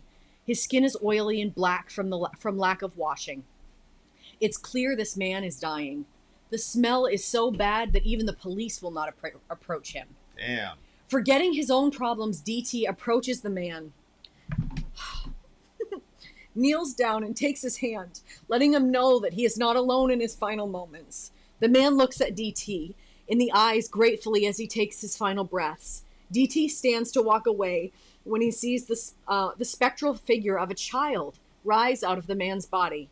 Nobody else standing around sees this. The child walks into the tenement building, and DT follows. DT follows the figure to the roof and finds the figure on the ledge, staring up at the stars. DT realizes that this is the spirit of the child that the old man was, and is praying for the old man's soul and asking forgiveness for a wasted life and a lost dream. The child turns to DT, smiles, and fades away. And for the first time in a long time, DT finds himself at peace. The end. The last 3 songs convey the emotion of the final events of the story, but not the story itself, which has always bothered me a little bit. It's like watching a movie and you get distracted by a phone call or something at the start of the 3rd act and return to it at the final moments just before the credits start rolling. And you ask yourself, how the hell did we get here? That's happened to me so many times. Anyway, that is Streets. Despite its imperfections, I do consider it a masterpiece of songwriting and storytelling. And here are the final 3 songs, which only make 7 songs in the stream. So fear not, there will be an 8th song. Okay, so we have Heal My Soul up next. Okay, track number 14. I'm not sure that this story is as disjointed as he thinks it is. Because the previous song made a lot of sense. Well, we'll see. Isn't Somewhere in Time the next song? The last song we did was Agony and Ecstasy, right? Right? What do you want? Yes. So Agony and Ecstasy. Now we're Heal My Soul. So it should be Somewhere in Time, right? Did I just say Somewhere in Time? No, Heal My Soul. I probably did this in the wrong. Heal My Soul is next. Heal My Soul is next. Okay. I don't even have that one up. I didn't even download that one. Oh. How did I miss that one? I don't know. That's what happened. Okay. Okay, well, then keep talking. Keep talking to the people. Yes. I'm going to text my father and say, don't forget to send me a score. 1 through 10. You are the worst. I'm not the worst. You're the worst. If I don't push, I won't know. Why would you push him to that if that's gonna mess him up? Because I don't think it's gonna mess him up. Oh, so you're the arbiter. Okay. Well, continue then, as you were. Wow. Talk to the people. Okay. I'm pulling up the comment section. Anyway, I'm really enjoying this album. This has been really fun. Yeah, I was talking to Dorian because you know how Dorian is. It's like talking to an old man sometimes. So I'm like, Dorian, our stream was really good last night. He was like, oh, really? Well, what was so good about it? And I'm like, I don't know. It just had a lot. Then I got interrupted by screaming children. So then the conversation was over. But I was going to tell him how it was like therapy. I did say that. I finished that sentence. I said it was like therapy. It's a therapy type. It was a very, very good stream. I really enjoyed it. And, I got good feedback from it, too, from a lot of different people. So that's These pretty guys, cool. Yeah, this band is so, MOJO, you've pulled something very unique together here. Anyway, so we have... Whoops, let me just put that on silent. Okay, so tomorrow, we have this stream today. Then tomorrow we might have tomorrow is tentative. We're going to have a stream. But we have a stream on Friday at 9 p.m. Eastern Standard... Oh, I'm sorry. Thursday we have one at 9 p.m. Eastern Standard Time. Yeah. And we also have another one on Friday. So we've got a lot of streams this week. So we shall see. Keep your eyes open for those streams if you're interested. SAVATAGE, Heal My Soul. Yep. Let's go. I've been waiting, long forgotten, shipwrecked on a distant shore. Am I drifting? No more wanted, floating outward evermore. All the dreams that I have harbored in the labyrinth of my soul, gone forever, not discarded, only sleeping till they're home. In the graveyard of my heart now sleep the years that I've long sought. For their markers, is there nothing? Only I cannot hold. And Father, hear me, I am tired. Shall I waken in thy home and hold me closer? I am trying, sweet Lord Jesus, heal my soul.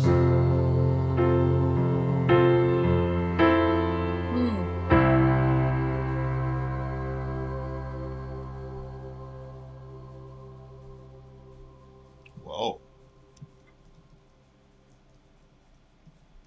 That's pretty crazy. Yeah. You know, sometimes like we'll make commentary and people are like, why are you always bringing your religion into this? That's why I said that at the beginning. Like, what am I supposed to do with this song, dear listener? What do you want me to do with this song? I mean, I don't know what to tell you, bro. There's nothing that can be done. Okay, Mojo, he answered back. What did he say? Did not fare well. Okay, so he said, okay, it's not my style. Give the people an update. Okay. About what's going on. So I messaged my dad. I sent him the link to the last song, which was Agony and Ecstasy. And I asked him if he liked it or whatever. He said it's not his style. It's a little bit too messy sounding. I like Southern rock. ZZ Top is my favorite. Blue Oyster Cult. And he said he gave that song a 4.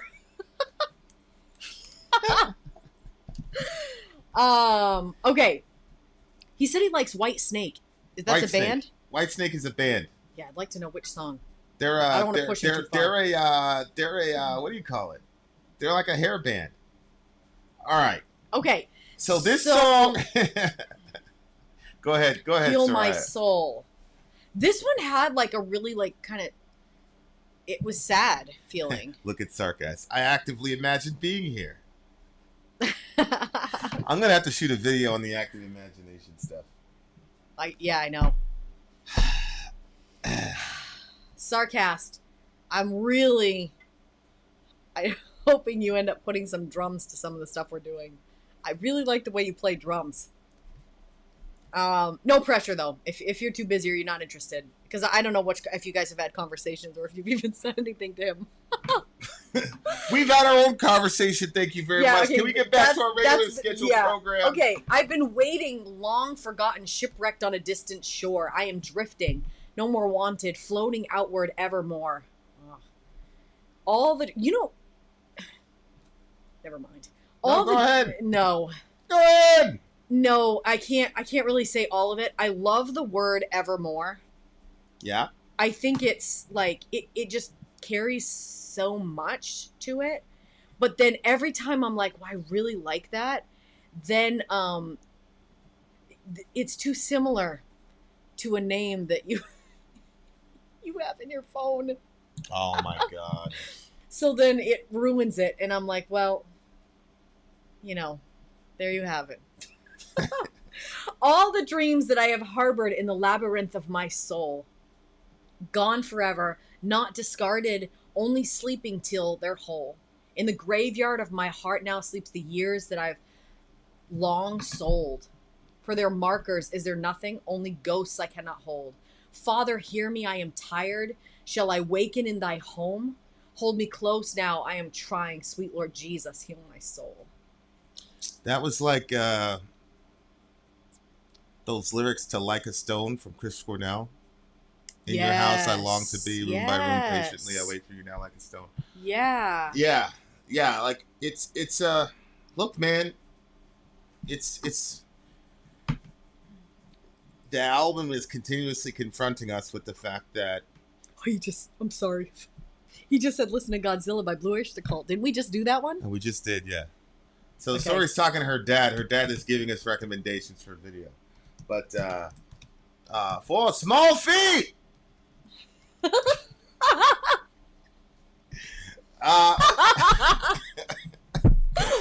Okay. And little does he know we already did it, so all he had to do is wire us some money. We can send him the video immediately.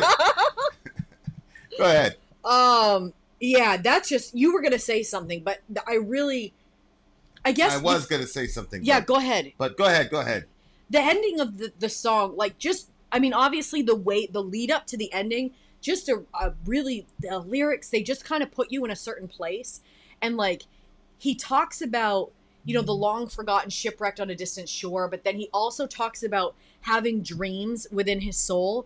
And then, like, it's sort of this question, like, to me, it has a question mark after it on the lyrics here, but it was sort of like a statement question because he's not sure. Like, when he says, gone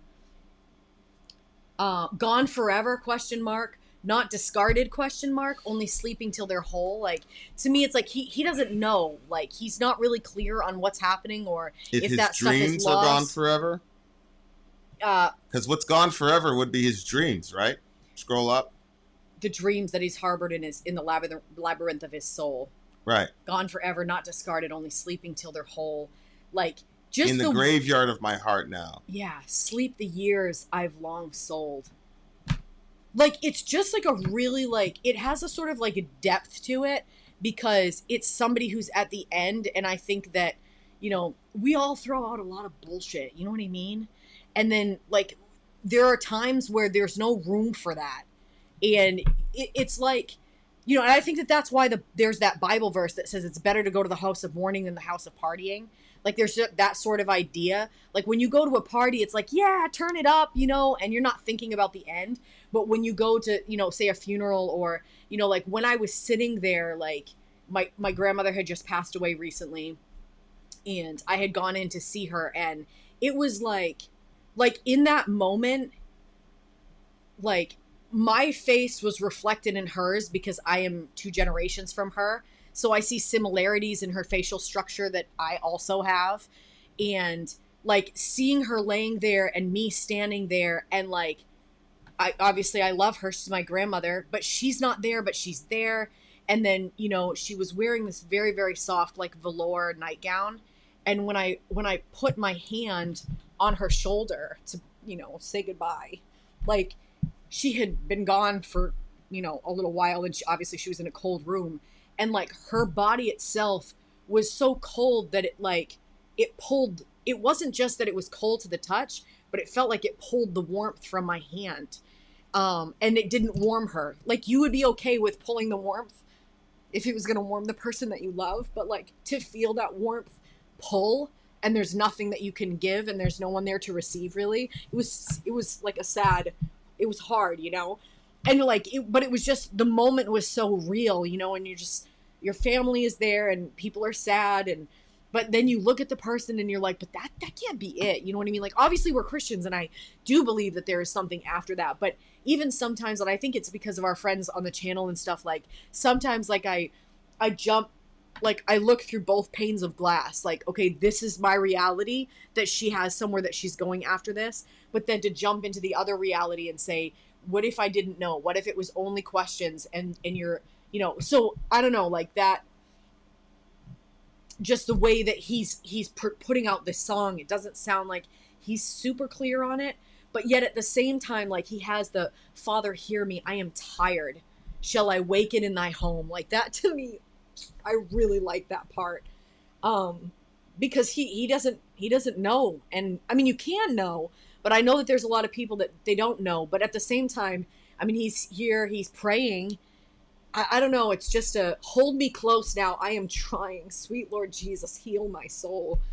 Like, he's had a long and hard life, and you kind of journey with him through the album, which you wouldn't if you heard the songs, like, all sporadically. You just wouldn't feel it. But because we've been able to kind of, like, journey with him, then when you get to this point, it's like, I don't know, there's just, like, there's a realness to the ending of the song. I don't know. I really, really liked that. What about you? Yeah, it's just fascinating to me. Like, I was just watching these quantum physicists in a conference, and they're not on my team. I mean, they're not even on Hoffman or Kastrup's team. Mm-hmm. But when these experts get together, they're talking about the various problems with physicalism, one of them being the hard problem of consciousness, the other being the prevalence of NDEs. I was having a discussion with somebody, and they were like, I said, how are we booting up consciousness from dead matter? And they said, well, we know that the brain generates consciousness. I said, no, we don't know that. There's a correlation between the brain. Yeah. The most you could say is that the brain is a filter of consciousness. Yeah. But you can't say that the brain generates consciousness. There's no proof of that, scientifically speaking. And then we started talking about the hard problem of consciousness. It was clear, like he did, So he says, okay, then why does consciousness completely cease at death? I said, how do you know that? He says, get me evidence that consciousness doesn't cease at death. So I you know how I am. I posted the peer-reviewed article about these NDEs, and the guy had 9 categories for near-death experiences. And then the conclusion from the expert was that we currently have no explanation physically relative to the brain about these experiences with these people, because they were dead. Brainwaves were little to none. They were gone. Right. And they're describing things. This is a peer-reviewed. Yeah. They didn't say that means God exists. That all it says is we don't currently have a physical explanation for this. This is just what we found. This is what we found. We don't have a physical explanation based on the current assumptions that you have. So, there's so many evidences of this. People have the most vivid lifelike experiences on DMT. But when we look at the brain scan, the brain operations are actually almost completely shut down.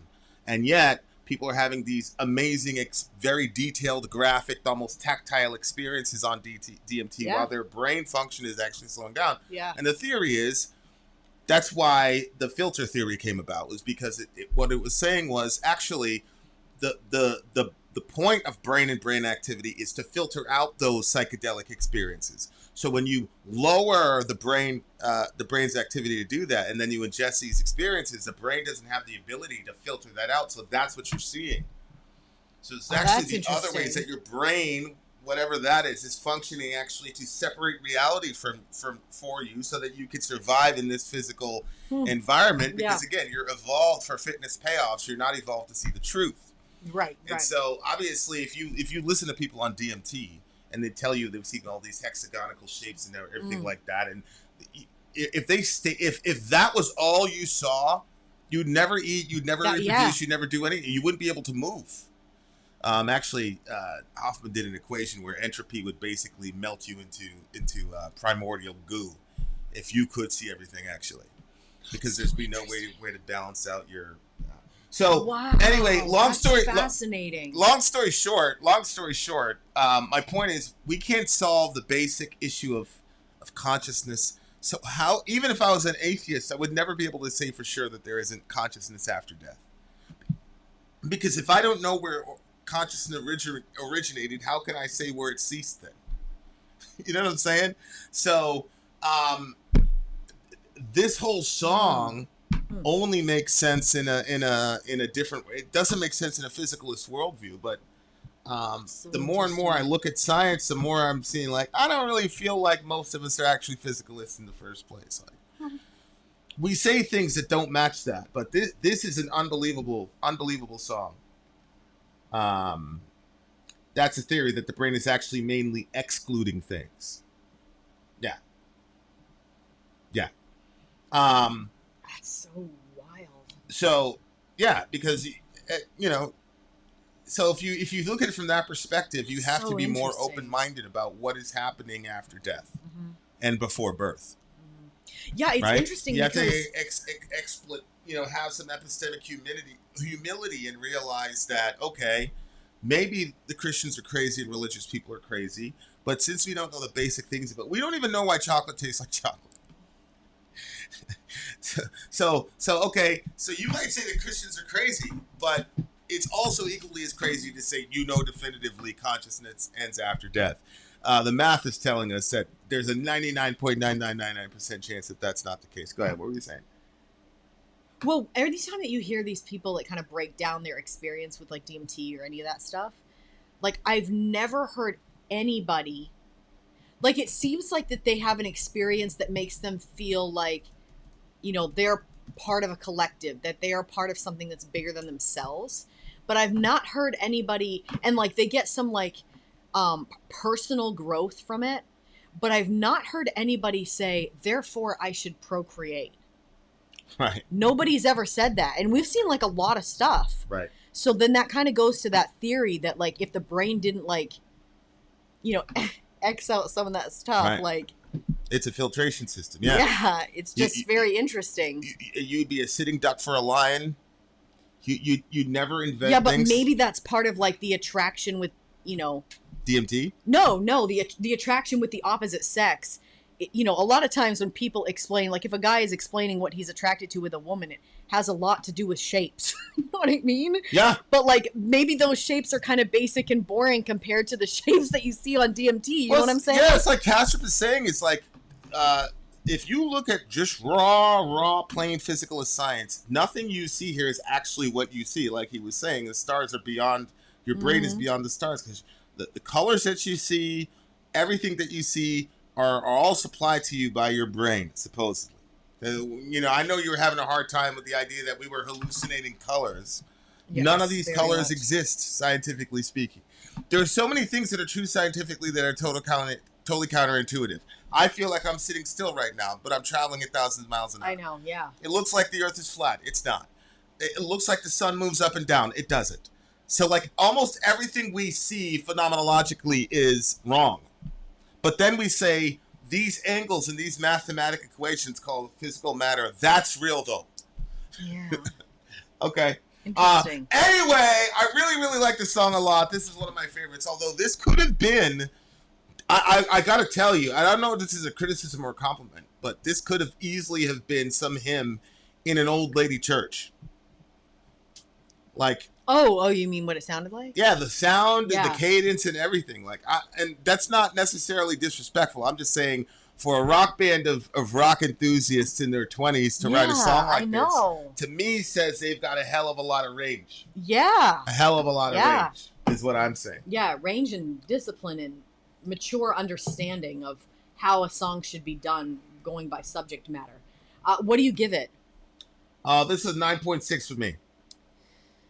Oh, 9.6. Okay. I think it's 9.7.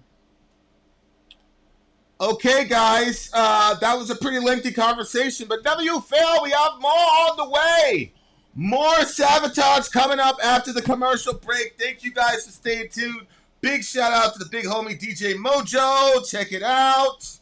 You know what's so funny? You guys thought I was pointing at that picture. In reality, I'm just pointing at nothing in the air in the real world. Here's another example. What? All right, guys. What picture? We shall return. Oh, this up here? Or the scrolling letters. Oh, right? yeah. It Hey, looks where's like, this picture? It looks like I'm touching them, but I'm really not.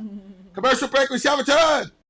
I'm Vin. I'm sorry. If you would like to get your song reviewed, dear listener, there's the filthy capitalist option. As Sori says, 125 gets you straight to the head of the line. You don't have to be a part of the alliance. You don't have to be part of the group. Wait a minute. And the biggest thing is you don't have to wait. You hop, skip, and jump right in front of everybody. 125 gets you there. You do that 3 times and then get mashed down to the $75 rate for perpetuity. Yes! Also, there is a band review option. So if you've got a band and you're trying to get your band some exposure, hit me up at Sori@gmail.com and I'll show you the details about how to pull You that can off. also jump on Patreon, and there is a option on the tiers to be able to get your band reviewed. Obviously, we can't lie to you, so we can't guarantee, Can't a guarantee positive you a review. positive review. Get what you get. It's just rubbish. Rubbish. Rubbish. That's British for garbage. My favorite is a community option. $1 at the gate gets you in at Patreon. You get to join an alliance. The alliance joins their points together, and that helps determine what songs that we do. The alliances hang out on Discord. Message me on Patreon to get the link. They do all kinds of other cool things. They do Minecraft, Dungeons and Dragons. Yeah. It's really a community within the community. Anybody can go in the village, facebook.com/Vin and Sori. There's 160,000+ people on the channel. What's cool about the Discord is that it offers a real opportunity for community connection, friendship, that type of thing. And it's on Discord, so if you're not a Facebook person, it's for you. You start off at $1. Right. Plus you get exclusives. Sori and I are working on a song. So the first 15 seconds of that was on Patreon. Also, at $15 here and above, when we actually debut the video, they're going to be there live with us. There you are, dear listener. Buy our merch. Buy our merch indeed. A child shall lead them. To buy our merch. Yes, dear listener. Yes, dear listener. Yes, dear listener. All right. So we have SAVATAGE. The next song, Somewhere in Time, is up next. And we already read the commentary. Somewhere in Time by the band SAVATAGE. I do know I have that one. Ha! It's right there! Yay! Wait, okay, now, is that the last song? No. We got track 16 is Believe. Okay. And then he's got the last song of the stream. Gotcha. Okay, so this is the second and last song. From the album. Yeah. So after all these one-night stands, you've ended up with heart in hand. Child alone, on your own, retreating.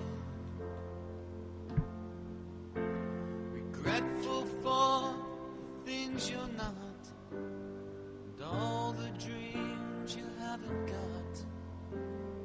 Without a home, a heart of stone lies bleeding.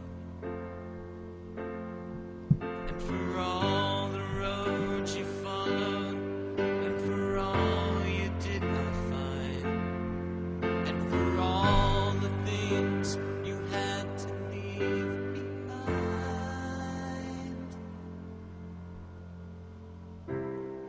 I am the way, I am the light, I am the dark inside the night.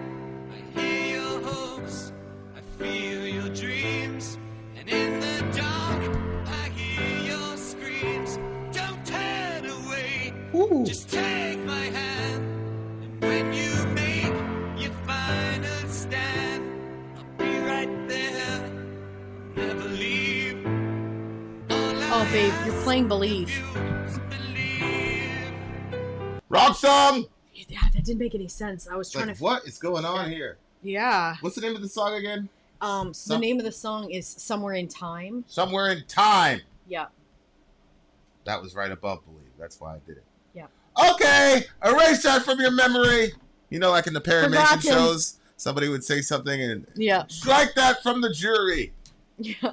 That was all a simulation. We wanted to see if you guys imagined are it. paying attention.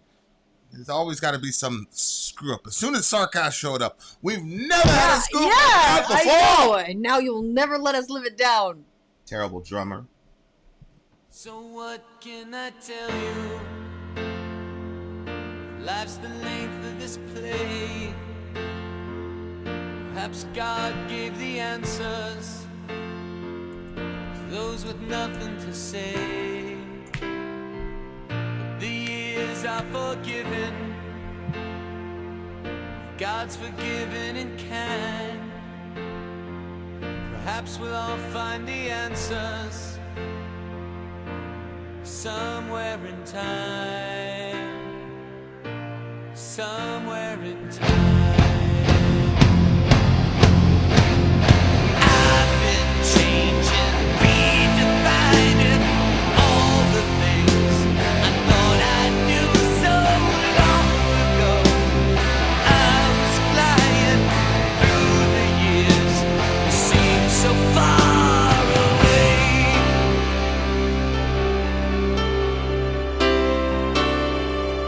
In the back of a racer,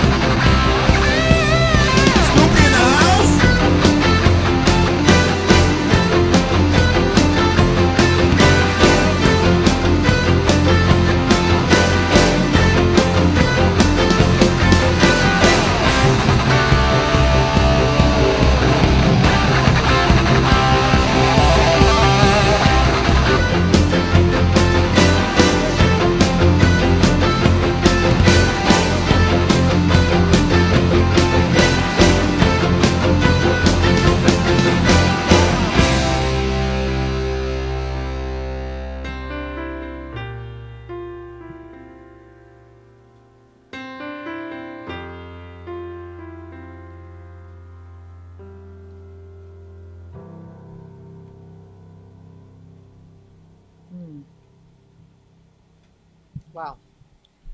Are you sure they were in their 20s? I think they were in their 20s in this. MOJO, were they in their 20s? Mature for 20-year-olds. What do you mean? I can see Dorian writing a song like this in his 20s.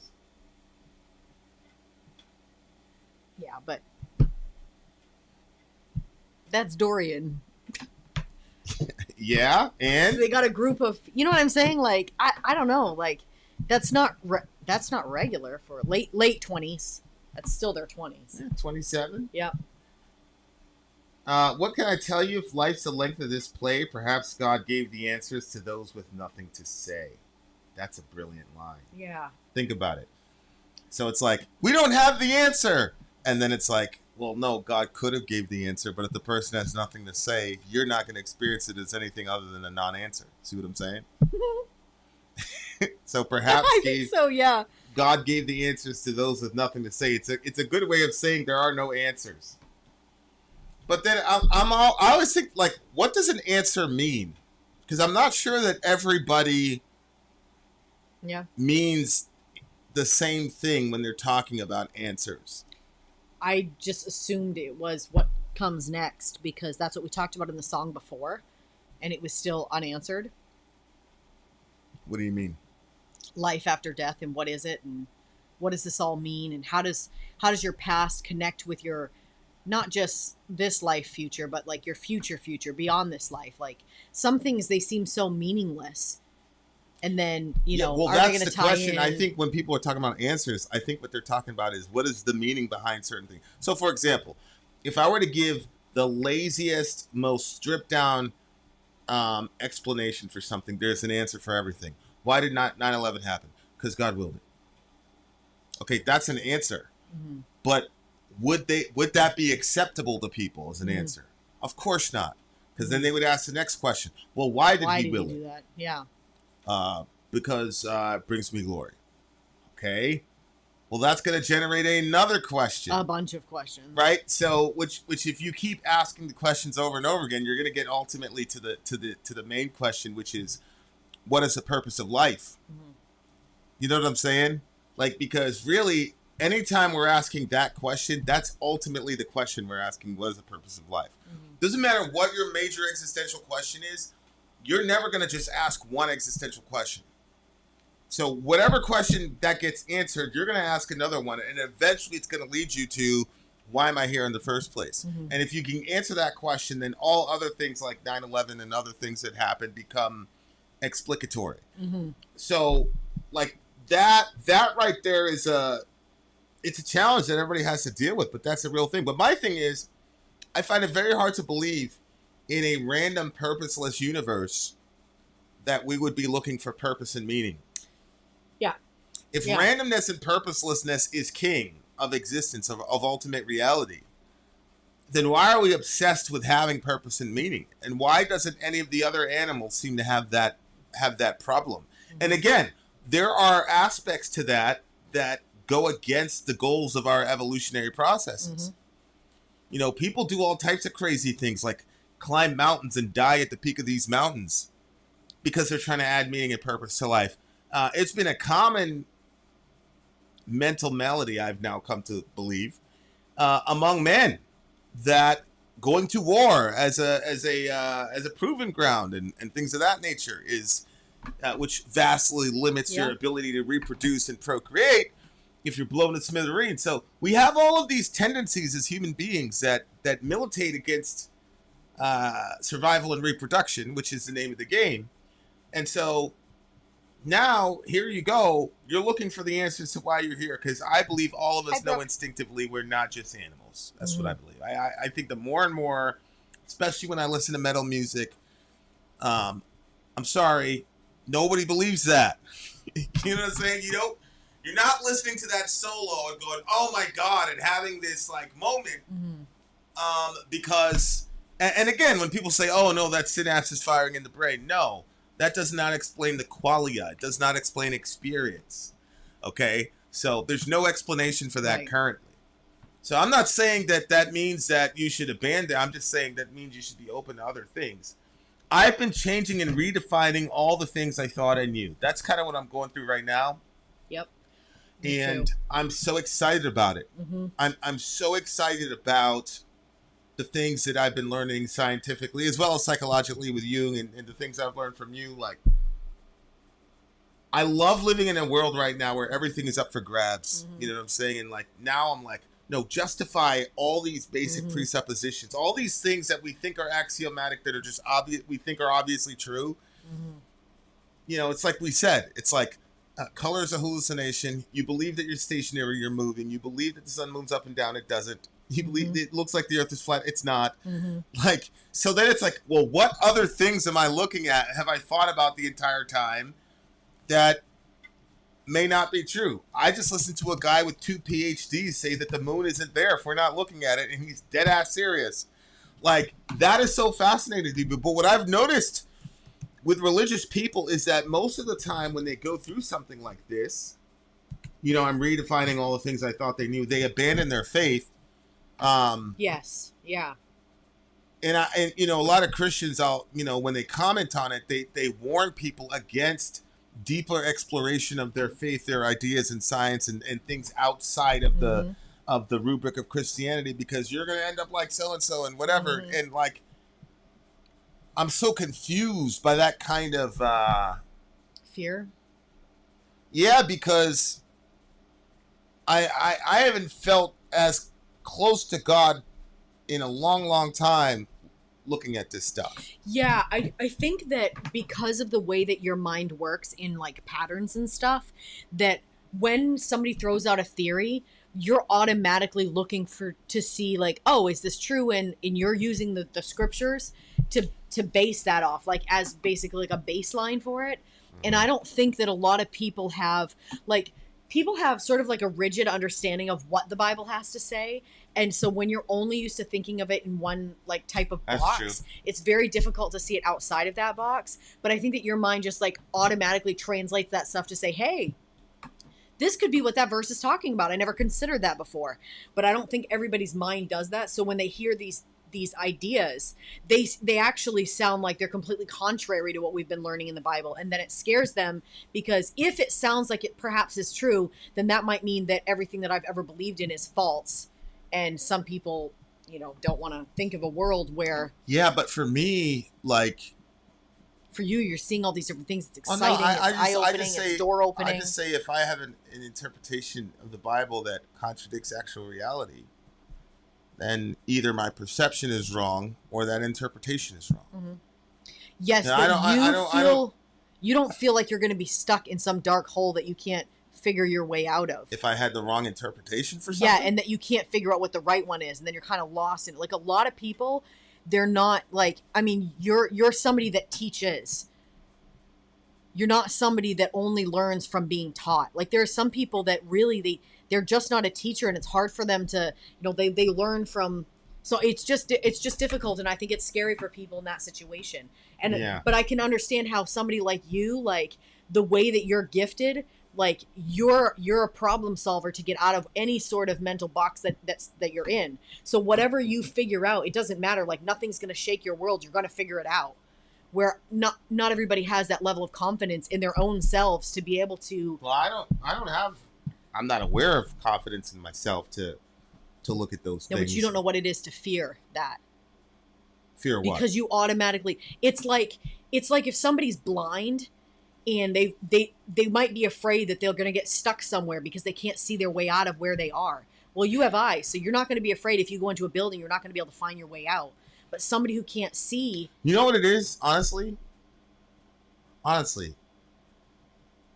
had such personal and real moments with Jesus that any reality or any idea that would say that he's not real is just nonsense to me. So I'm not even afraid of that.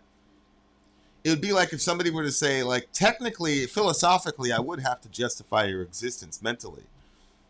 But I don't need to. Like, I've experienced you. So, like, I don't need all these theories and whatever to justify that you're around. And if somebody came up with a theory that said, you know, Sori is really not there, which I don't believe that your physical presentation is here, but you, the essence of who you are, is here, whatever here is, right? So it's kind of like that. It's like, I'm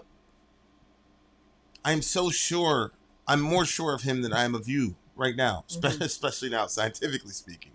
I'm way more sure of him than you right now. So it's like I said, if I saw, like, it'd be like, yeah, I can see that. That looking makes sense. at advanced trigonometry or advanced whatever, the math that physicists have to master in order to do the basics of their job. Like, you're never going to find an equation that says 2 + 2 isn't 4. And that's kind of how I look at it, like at the fundamental level. Like, Jesus is at the fundamental reality. Yeah. So anything that I really find out about reality is not gonna. I'm not afraid of that. So I hear what you're saying, but that's really what it is. It's just been my experience. Yeah, I can see that. It's just I've experienced being around him, and so it's like, so I'm not afraid of.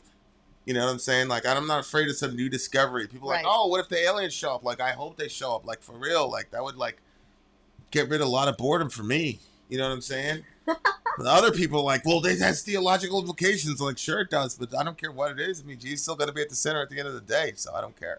But, yeah, that's, that whole thing about changing and redefining things is so fast. Since I've run into this channel, there have been so many things that I have now redefined and I've been reoriented and looking at it. And it's incredible. It's an incredible experience. But I also see that a lot of people, it's a traumatic experience for lots of people. Happy birthday to you, Perkinos. Happy birthday. We got all the real OGs in the house today. We got Sarcast, we got Perk, we got Kai. Yeah. Really interesting. Like I said, the band is deep as hell. I feel bad, like, with the religious stuff, but there's nothing I can do about it, dear listener. It's all in the song. This part I thought had a sort of like sadness to it also, when he says, I've been grasping at rainbows, hanging on till the end, but the rain is so real, Lord, and the rainbows pretend. Like, obviously, in this context, I think we're talking about the promises, rainbows being hope, blah blah blah, and like there's just a lot of rain. And there's the whole thing about the what's at the end of the rainbow too, right? Like the pot of gold, which is fictional. You know what I'm saying? Yeah. It's supposed to be a fictional thing, but yeah. Okay, so I'm gonna give this one 9.8. It's a 9.4 for me. It's a 9.4 for me. Only a couple songs remain, dear listener. Only a couple songs remain. The universe is a program running on a code, and so we are sitting here, an expression of this code, asking, but what is the truth, not being able to ever see the code, only the pixels it produces? Isn't there a quote or something saying something to the extent of everyone who could talk about this faith doesn't know real faith or something? There probably is, but not in my religion. Maybe a Gnostic would say that. I don't know, Perkinos. Check it out. Okay, guys. We got more coming for you very soon. Vid out. Sori out. Boom. All right, guys. Commercial break. We shall return. I'm Vid. I'm Sori. If you would like to get your song reviewed, dear listener, there's the filthy capitalist option. As Sori says, $125 gets you straight to the head of the line. You don't have to be a part of the alliance. You don't have to be part of the group. Wait a minute. And the biggest thing is you don't have to wait. You hop, skip, and jump right in front of everybody. $125 gets you there. You do that 3 times, and you get mashed down to the $75 rate for perpetuity. Yes! Also, there is a band review option. So if you've got a band and you're trying to get your band some exposure, hit me up at itsori@gmail.com, and I'll show you the details about how to pull that off. You can also jump on Patreon, and there is a option on the tiers to be able to get your band reviewed. Obviously, we can't lie to you, so we can't guarantee a positive review. Get what you get. It's just rubbish. Rubbish. Rubbish. That's British for garbage. My favorite is a community option. $1 at the gate gets you in at Patreon. You get to join an alliance. The alliance joins their points together, and that helps determine what songs that we do. The alliances hang out on Discord. Message me on Patreon to get the link. And they do all kinds of other cool things. They do Minecraft.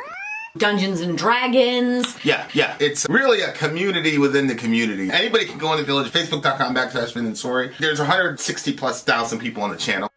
What's cool about the Discord is that it offers a real opportunity for community connection, friendship, that type of thing. And it's on Discord, so if you're not a Facebook person, it's for you. You start off at $1. Right. Plus you get exclusives. Sori and I are working on a song.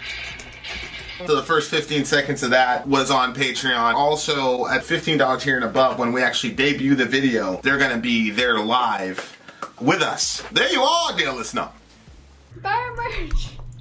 Buy merch indeed, a child shall lead them. To buy our merch. Yes, dear listener. Yes, dear listener. Okay. Yes, dear listener. This is the last track, I believe, on the album.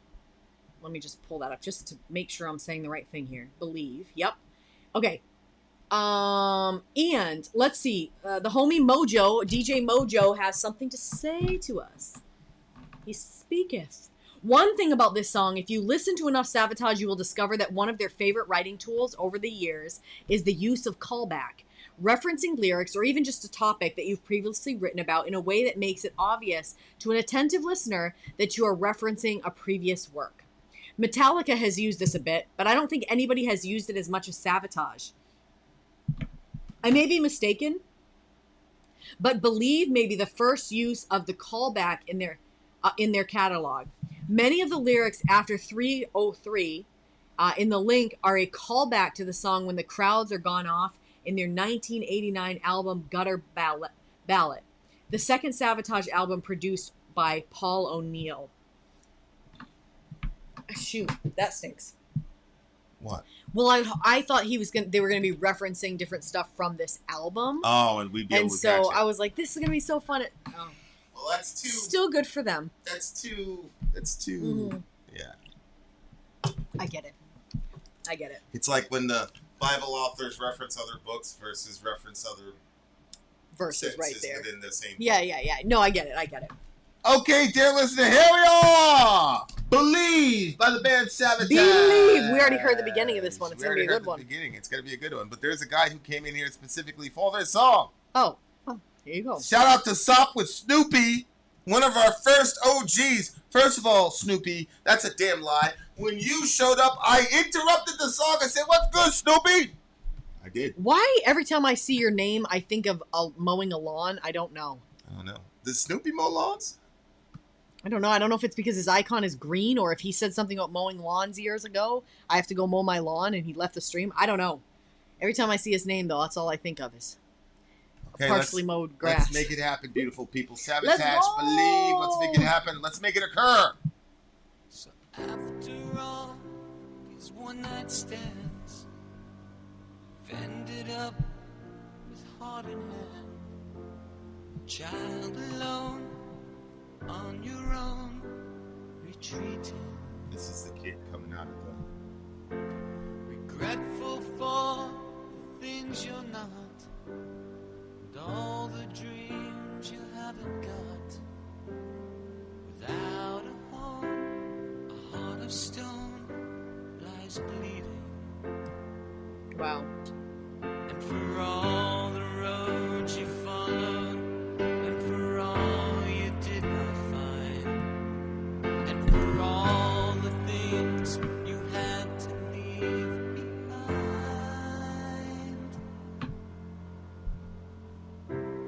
I am the way, I am the light, I am the dark inside the night. I hear your hopes, I feel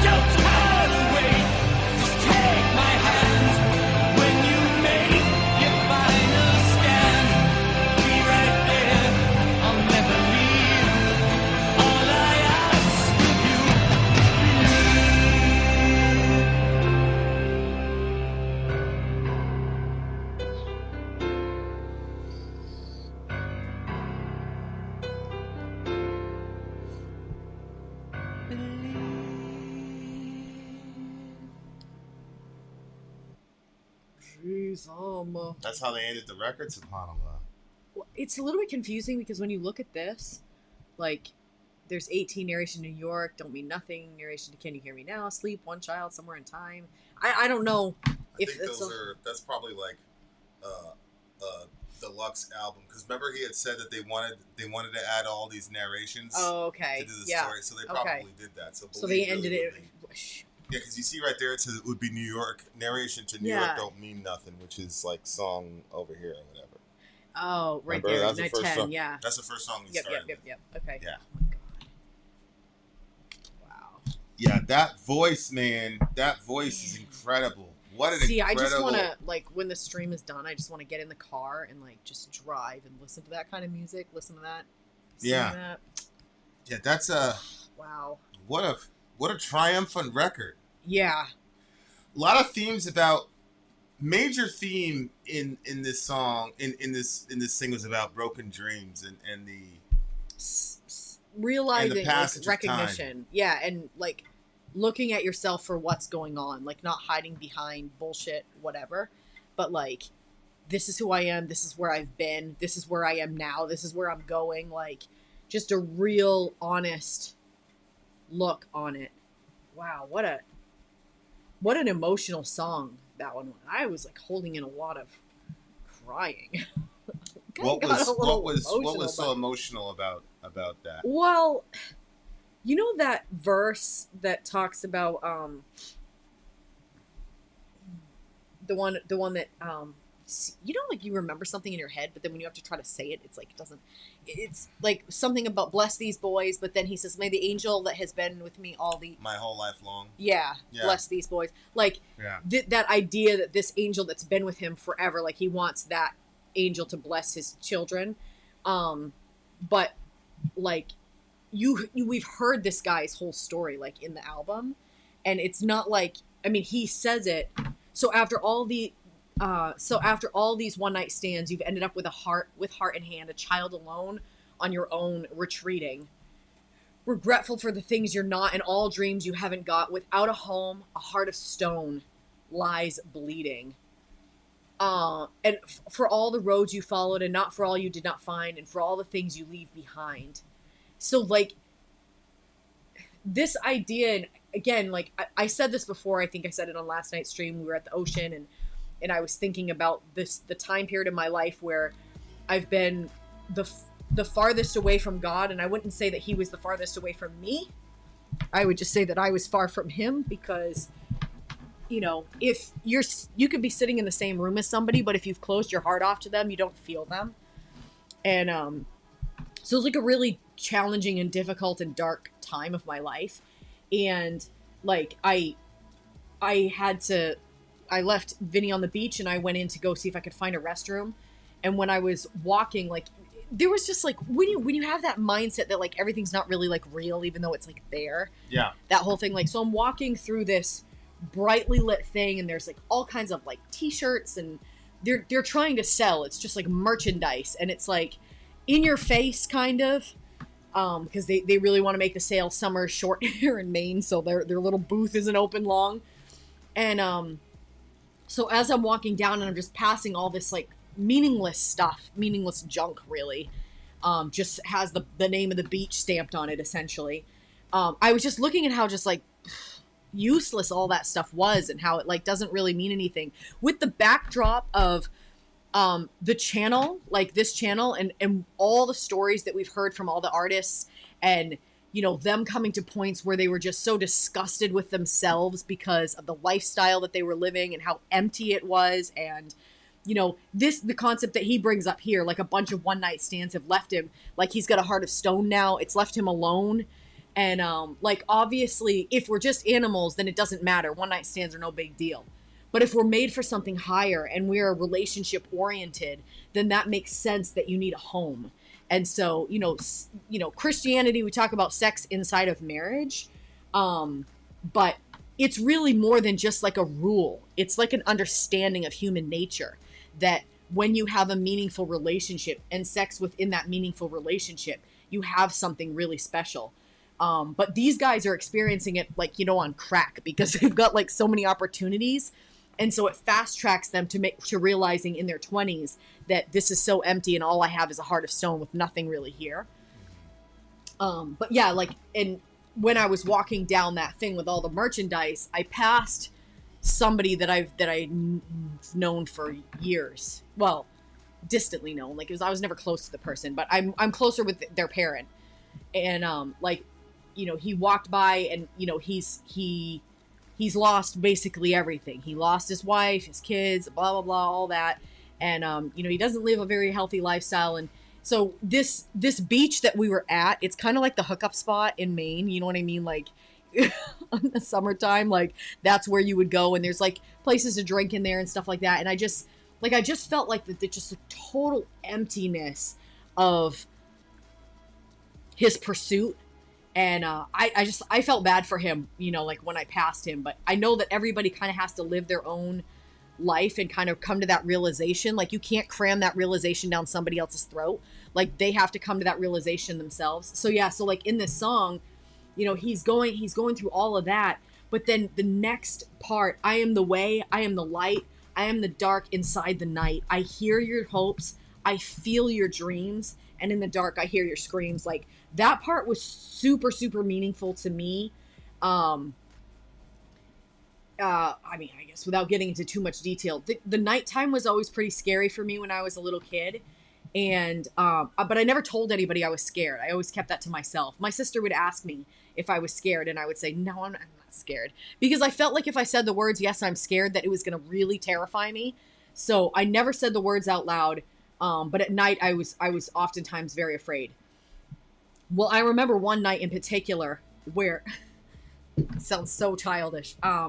But I was crying in my bed because I was scared, and I prayed because we went to church all the time. So I knew, like, I always had like this familiarity with Jesus, with God, you know, that he was there. But I needed him closer than just like there. And I remember I prayed and I said, if you're really here with me, will you hold my hand? And I was just like, I don't know, 3 or 4 or something like that. 5 maybe. I don't know. I was pretty small. And then I remember sticking my hand up into the darkness, and like for like a split second, I was like, well, what is this going to be? I mean, like, but then all of a sudden, like, I just felt like this real, like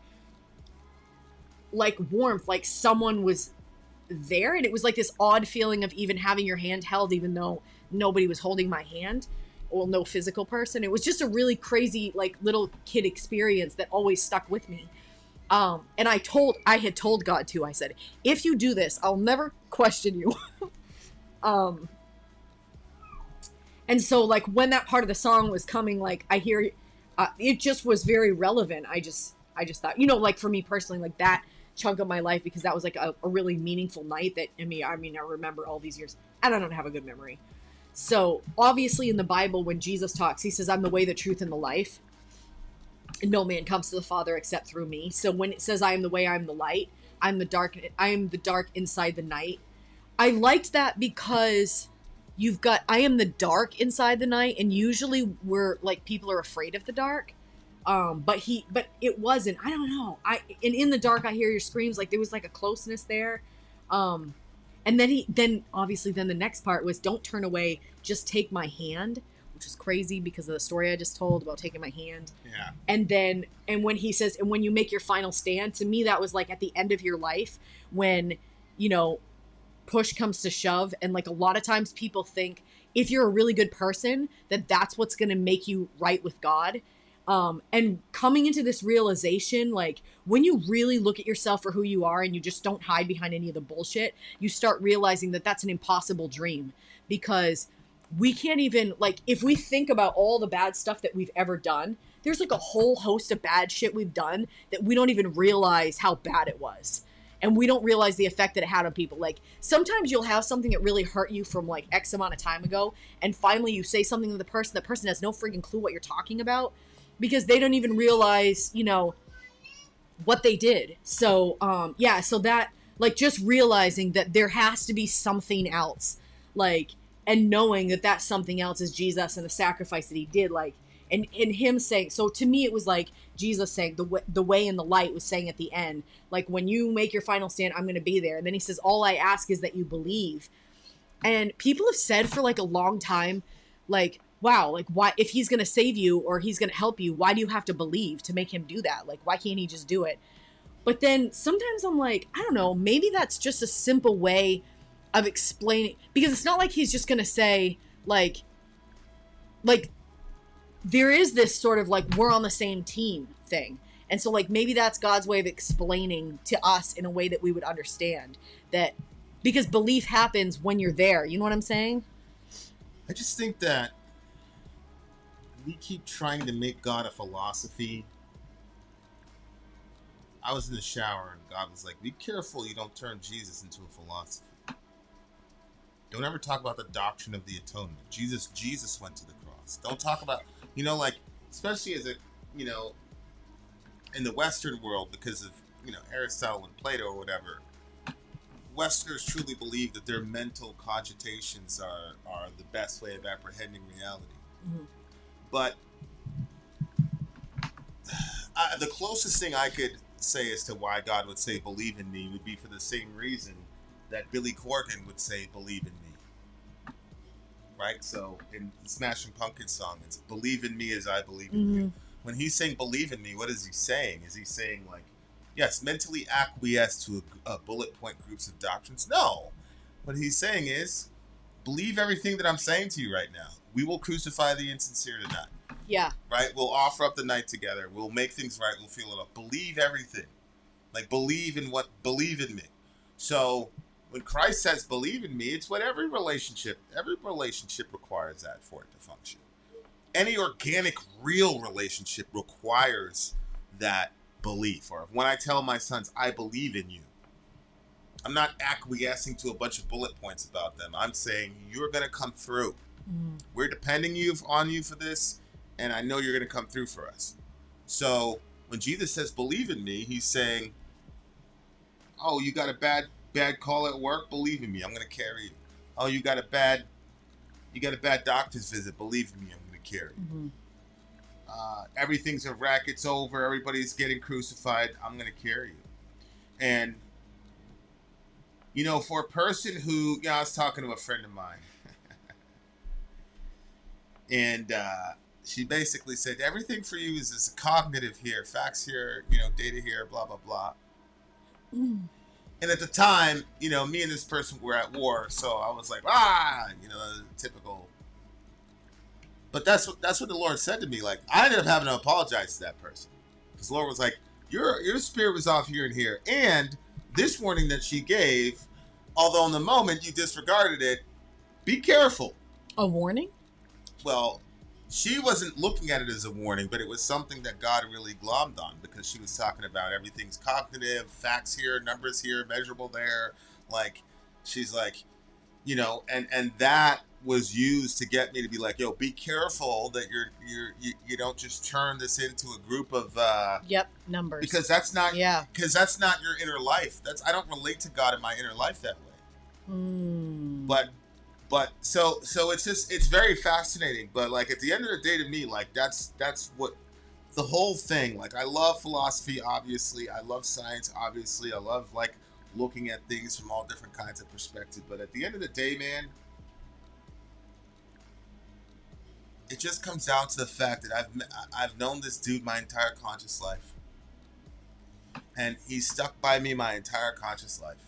And I ran away from him. I tried to do everything I possibly can, and he stalked me and hunted me down every single time. And I know that I fuck up so much, so often. But it's like you said, where the Bible says, I write these things to you so that you won't sin. Then the next line is, but if we do sin, we have an advocate with the Father, Jesus Christ the righteous. Subhanallah.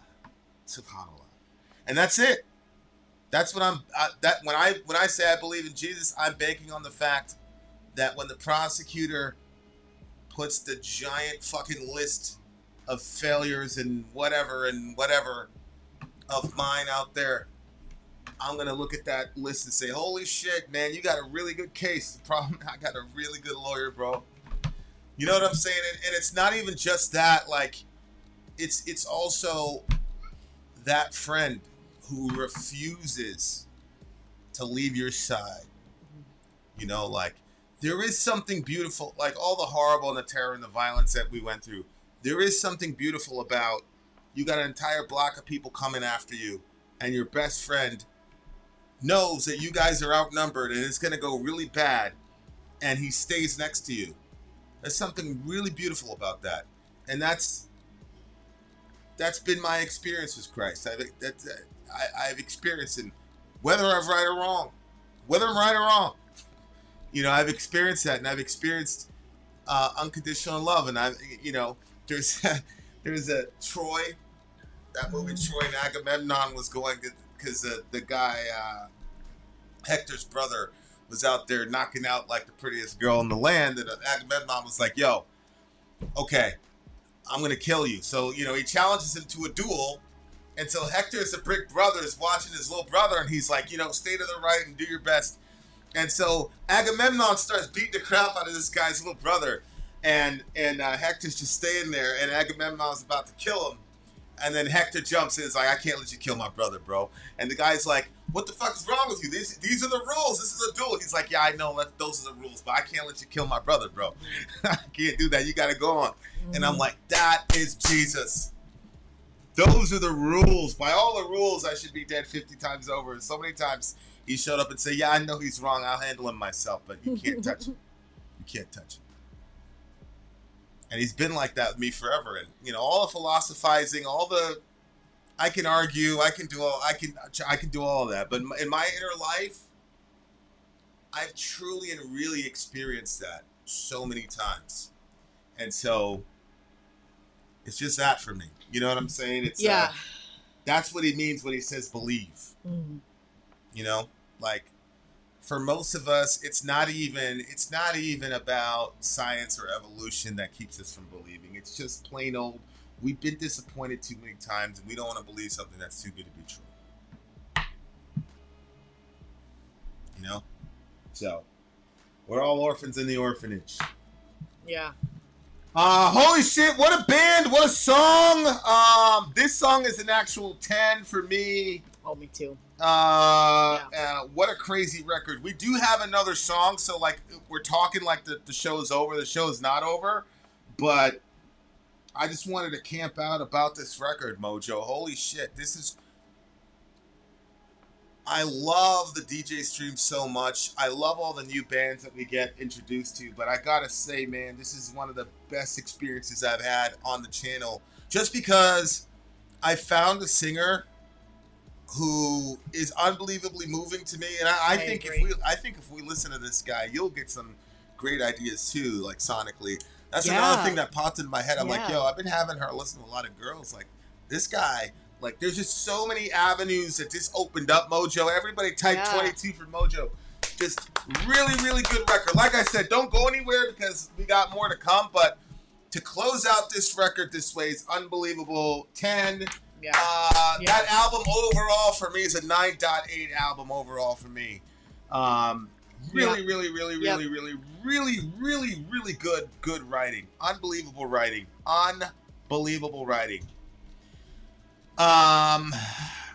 Sarcast says emotions and thoughts are separated for a reason. You can spend your whole life trying to find the words for all you feel and you won't be able to do it. Yeah, that's why the guitar has always been such a gift to me, and why I relate to it as a very close friend. You know, that guitar helps me say things that I can't say. Helps me say a lot of things that I cannot say, that guitar. So, yeah. For real. All right, guys. We'll be right back. Vin out. Sori out. Gone. Okay, guys, commercial break. We got one more.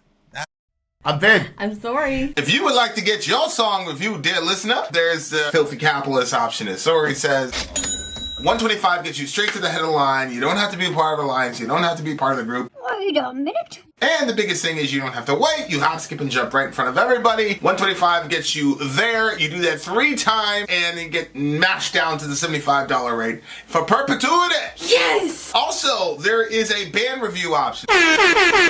So if you've got a band and you're trying to get your band some exposure, hit me up at Sori@gmail.com, and I'll show you the details about how to pull that off. You can also jump on Patreon, and there is a option on the tiers to be able to get your band reviewed. Obviously, we can't lie to you, so we can't guarantee a positive review. Get what you get. It's just rubbish. Rubbish. Rubbish. That's British for garbage. My favorite is the community option. $1 at the gate gets you in at Patreon. You get to join an alliance. The alliance joins their points together, and that helps determine what songs that we do. The alliances hang out on Discord. Message me on Patreon to get the link. And they do all kinds of other cool things. They do Minecraft, Dungeons and Dragons. Yeah. It's really a community within the community. Anybody can go in the village, facebook.com/Vin and Sori. There's 160,000+ people on the channel.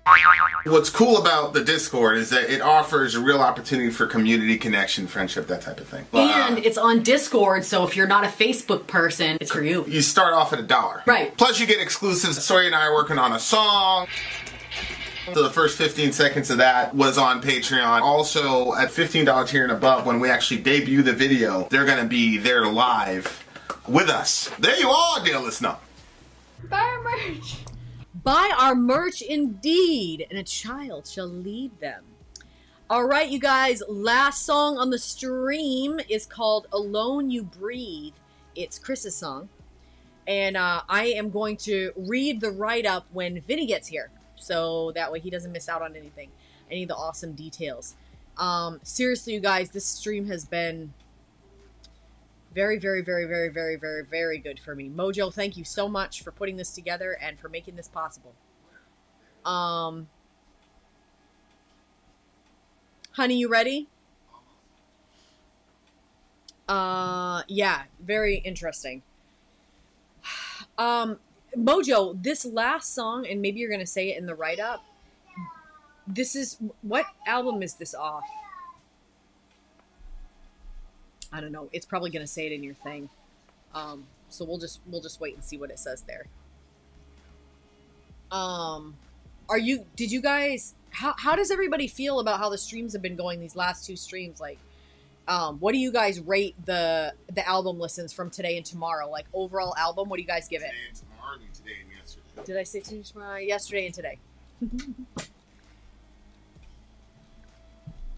All right. Okay, so I'm going to read I told them to put their 10 out of 10. Nice. Yeah, okay, so last song on the stream, Alone You Breathe, Chris's song. Chris Olivia was killed by a drunk driver while driving to a gig not far from his hometown in the Tampa Bay, Florida area on October 17th, 1993. His wife was in the car with him. His wife, though terribly injured, survived, but Chris was killed instantly. The driver of the other car had 7 prior DUI convictions. At the time, SAVATAGE was in a pre-production for their next record. After a period of mourning on the first day of rehearsals following Chris's death, when bassist John Lee Middletown walked into the studio, the first thing he saw was Chris's guitars and rigs set up in the studio as if he was coming in to record a take. He decided he was not ready to resume working on another record. Drummer Steve Doc Washoltz left the band temporarily after the previous record for personal reasons and decided not to return after Chris's death. This left John alone to push forward. John wrote the album and played all the bass and drum parts. He shared rhythm guitar parts with Paul O'Neill. Zach Stevens, who was hired as the band's frontman after John stepped down, came back to sing vocals as he had only been in the band a short time. And they brought Alex Skolnick from Testament in for lead guitar. Oh, wow. Alex, a friend of the band and not in Testament at the time, agreed to record 1 record and do 1 tour to help his friends get back on their feet. Some of the lyrics for Alone You Breathe were written years before Chris was killed about a friend of John's. It was an unfinished song, and John realized he couldn't play the song without thinking about Chris. John finished the song, put it on this record, and dedicated it to his brother. While some of the lyrics in the first half of the song are clearly not about his brother, The second half was written 100% about Chris. In the years since this song was recorded, when it has been performed, John does not refer to it with the name given on the record. He always refers to it as Chris's song. I think it's a fitting song to end the stream with. I have to say one thing about Zach Stevens' performance on the song. One of the hardest things for any vocalist to do is to take the words of someone else has written, internalize them, and make a connection so that they can sing them with the same conviction as the person who wrote them. Zach had only known Chris for a short time, and he does a superb job of emoting the pain, anger, and despair John must have been feeling when he wrote those words. Thank you, Sori, for reading all of this, and thanks to everyone for listening. All right, guys. Chris's song. Let's just do it that way. This is Chris's song, dear listener. Rest in peace to the homie. And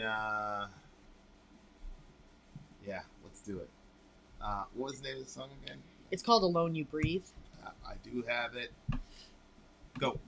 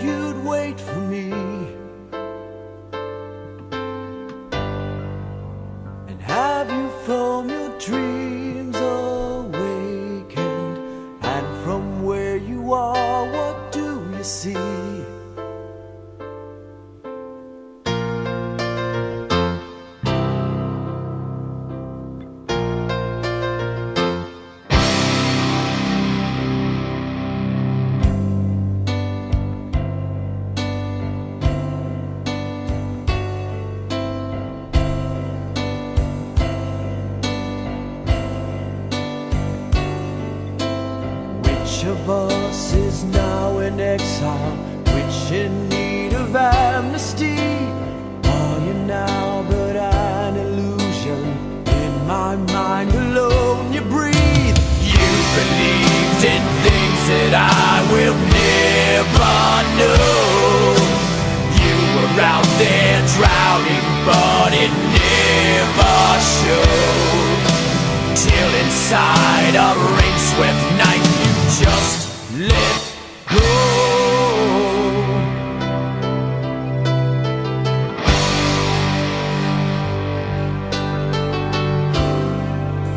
You've thrown it all away,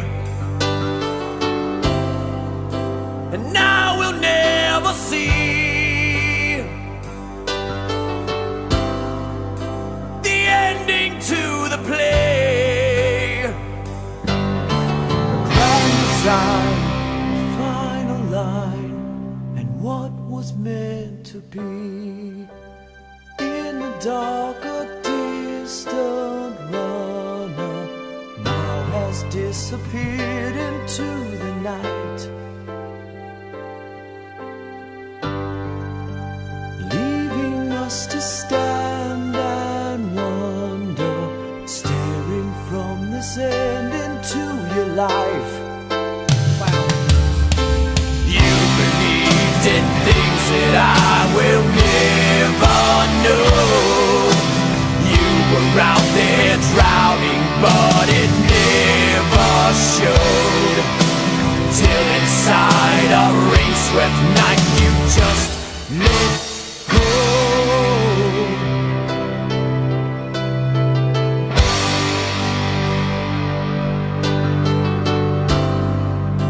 You've thrown it all away.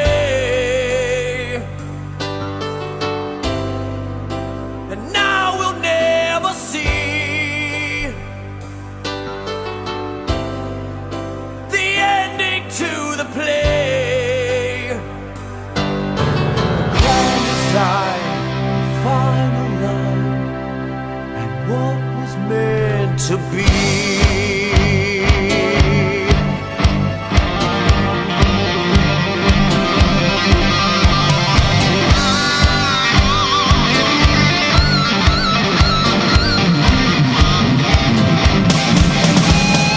And if this is all illusion, nothing more than pure delusion, clinging to a fading fantasy, like Icarus who heeds the calling of a sun, but now is falling as the feathers of his life fall free.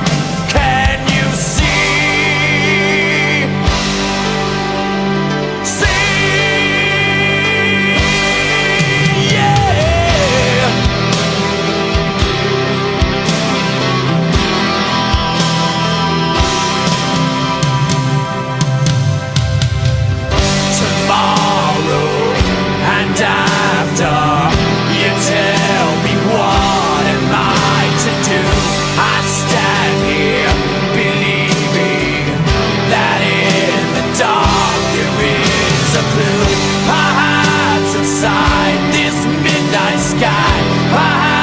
Tomorrow's newborn eyes, or could it be? We'll never know. And after all, this was the show.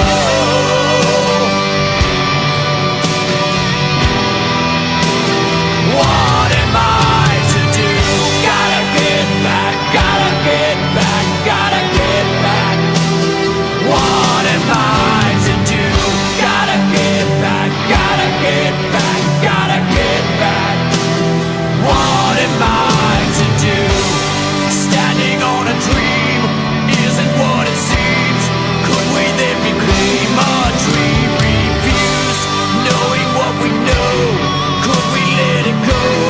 Realizing that all the years are used. Tomorrow and after, you tell me what am I to do? I stand here believing that in the dark there is a blue. I am the way, I am the light, I am the dark inside the night. I hear your hopes, I feel your dreams, and in the dark I hear your screams.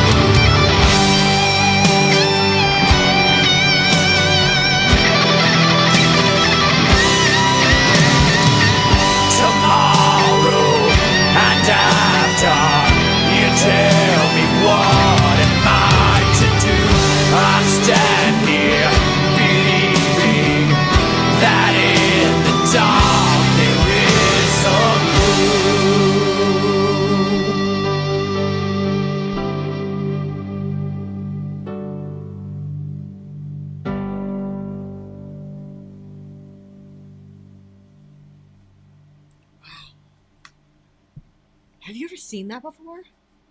Where they take a chorus and use it in two different songs? Well, that's what he was saying, that they do more than everybody.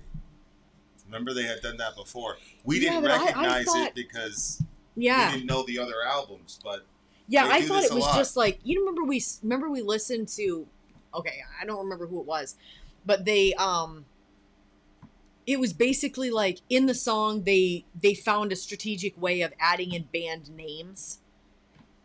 And the whole song. Then there was another one where it was like band songs and stuff like that. Like, I didn't know they literally used like a chunk of a chorus from another song and put it in here. Unforgiven, I think. Was it a very meaningful part of the song? Like, obviously, that was such a significant part of the song for us. Probably not at that level. Like, this is like, and where he brings it into this song, like, it's at the ending. It's Chris's song. Like, wow, that was just. Yeah, like I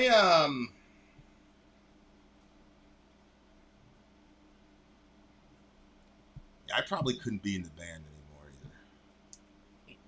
either. I just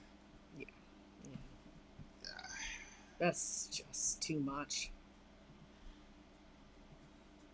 it's just tough. But honestly, no, that was a very spiritual record that we listened to just now. You know what I'm saying? Yeah. So, we were talking about this yesterday, where I'm like, what is the point of that? Like, because the girl, Dawn, that was in the car, like, no disrespect to her, but she survived. His wife, yeah. The guy that did it, with the 7 DUIs, he had minor injuries, and Chris is killed instantly. And I was just like, yo, man, like, I hate situations like that.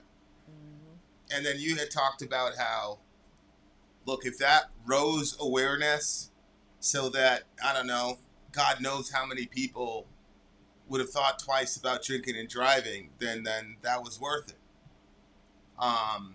And so it's like, yeah, and here's another angle too. The spiritual record that comes out of that. Right.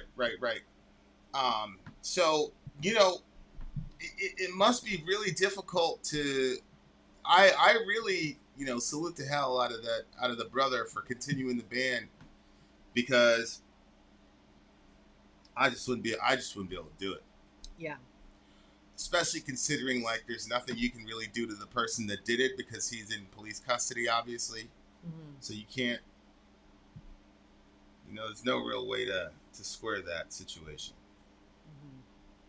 But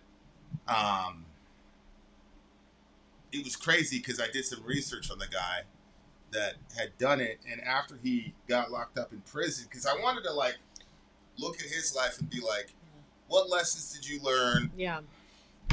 He became a teacher, but then he got jammed up again for driving without a license or whatever, which probably they had probably permanently suspended his license. But under the comment section, people were like, yo, that's my teacher. I'm so disappointed. Yeah. And you could tell that the students didn't know what this guy actually did because nobody mentioned the band. So that tells me, like, they just knew him as just a guy. Yeah. And he had a shot at starting over regular and living his life after he did his time, and somehow he's able to become a teacher. Figure that one out. And it's just one of those things where, like, his past, I guess you're in Florida, you got to drive, right? Like, public transportation. It's just a crazy situation, man. I'm just glad that, like, it wasn't another DUI. He was driving without a license, which is legal. He shouldn't have been doing that. Sure, yeah. Like, there was no influence, and he had done the teaching thing, and, I don't know why he was behind the wheel. You know what I mean? I lost my license once when I was a teenager for, like, I don't know, really? 30 days or 3 months or something, and it was horrible. It was so frustrating, so stressful, having to rely on everybody around you, and so, like, you know what I'm saying? Like, oh, yeah. So if he would have been drinking and driving, I'd be like, wow, you literally didn't learn your lesson. But he's like, look, I crashed because I was under the influence, and I'm not going to do that again because I'm not under the influence. I need to use my car or whatever. So, and the fact that he went to be a teacher, and that if you have students that are like, oh, that was my teacher, I don't, that to me sounds like he had a positive influence on them, because it's not like they were like, yeah, fuck that guy. You know what I mean? Like, they were like, this is my teacher. I don't understand. You know what I'm saying? Like, I'm sure he wanted to separate himself from. That's crazy to have to. Yeah. When asked for a comment about Chris, his father said he lived for that guitar, referring to his love for the guitar. I'd go over to his home for a visit, and no matter what he was doing, on the phone, eating dinner, Chris would always have that guitar in his hands. Yeah. He just, I remember when I first, these guys are super spiritual. So the wife also died recently. She died in 2005. What year did he die? He died in 1996, I think it was. Oh, she still went almost 10 years without him. What? That would have been, what, 9 years? Yeah. She was only 41. That's so freaking crazy. What happened? I don't know. When it said, yeah, they were separated by 12 years. They don't know why. I mean, look, it's a sad story, but at the same time, these guys are obviously aware of the spiritual world, and so, like, I'm not gonna be a downer about it. I mean, They're together now. I'm very, very confident that man and wife are together now. It is what it is. Chris died in 93, so it was 12 years. Go ahead. What were you saying? Okay. When this part I thought was like, just like interesting, kind of the way that it hit me. In the dark, a distant runner now has disappeared into the night, leaving us to stand in wonder, staring from this end into your life. Like obviously the distant runner thing that was like pretty sad, that part of it. But then when he said leaving us to stand in wonder, staring from this end into your life, I was like, wow, like, yeah, that's true. Like there is a certain, so like when a child is born and you're looking at their little face, you're like, there's so many hopes and dreams. Like their life is not there. It's just like just there. You know what I mean? Like you're just seeing them for the first time and you're looking into their face, but you see like the line goes out beyond them. You know what I'm saying? And then, you know, when you have somebody that's fully grown, like I experienced this time in your life with you, but I look to your past and then I look to your future and, you know, you kind of try to make this is Vin, you know, but then, you know, when somebody passes away, like the line stops from your perspective. And so now you're looking into their life from that angle and you're trying to, you know, like what happened, what, you know, and you see things differently, like, you know, and like, I think that when the person is there, like sometimes people are talking to me and I'm like, yo, you never stop talking. And I'm not really interested in this topic, you know, like sometimes, you know, but then it's like, but when you lose somebody, I think that you would wish that you could have all those conversations back to hear all the details that you missed. You know, what was it that they were trying to communicate? What did it mean behind their words? What did, you know, like all the thinking that, you know, that could be done, but you're just so overwhelmed. There's so much going on in life. And like, the brevity of life sometimes doesn't really, like, it's not necessarily a part of, I mean, these guys were rocking hard, you know, the band was right in action. There's a lot going on for them. And so you wouldn't expect that all of a sudden on the way to the show that was going to happen. And then all of a sudden everybody is thrown into this new reality where the person is no longer with you. And like, man, I don't know. That's just, so yeah, staring from this end into your life was just like an interesting, like. Yeah, this is a silent count for me because looks like his, basically they said she was found dead in her apartment, and then John, Chris's brother, said basically ever since his death she's had a very, very hard time with his loss, and hopefully she finds a peace that she wanted, which indicates that considering how young she was. I wonder who was driving, her or him. Yeah, she never recovered. She never really recovered from losing Chris, and I think her injuries from the crash were significant. Yeah, I mean, yeah, again, at this because point, even if there's it's complete speculation, but if you put two and two together the way he talked about it, she's only 41 years old. I mean, God. If you, like, if we were driving in a car together and a drunk driver crossed the line and I was the driver and I lived and you didn't. Yeah, I hear you. I know. So anyway, again, we knew it was going to be a little bit heavy, but you know, it just goes to show, guys, that the people that we have in our lives are gifts, and we shouldn't take them for granted. And don't love your friends and your partner extra hard because you're terrified they're going to die tomorrow. Just love them just because, and enjoy it. Be in the moment, and understand that collection of consciousnesses that you call your friend or your wife or your husband or your whatever. It is an amazing thing. It's an honor to be able to see another one of us, much less get to know and have that person dedicate a good portion of their consciousness to you. Because essentially, that's all you're doing in a relationship. You're saying, let's interface consciousnesses and experience the same things together. That's all a relationship is. So if you've got somebody that's like committed to doing that with you in all its various forms, whether friendship or marriage or brother or sister or whatever it is, that's a beautiful thing, and don't take that for granted. It's a silent count for me. Silent count for me as well. You know what's one thing that's interesting, like when you're thinking about like the consciousnesses, I think that a lot of times in relationships, I'm probably speaking primarily about marriage because it's a commitment that you make to each other. And there's sort of a contract, you know what I mean? Like, it's not like a friendship where there's no contract, there's no nothing. It's just, you both enjoy each other. And so, you take up the same space together because you just like each other. But like in a marriage, I think that sometimes people can get lost in the fact that like, well, you hear people say it like, well, we're still together. We stayed together for the kids.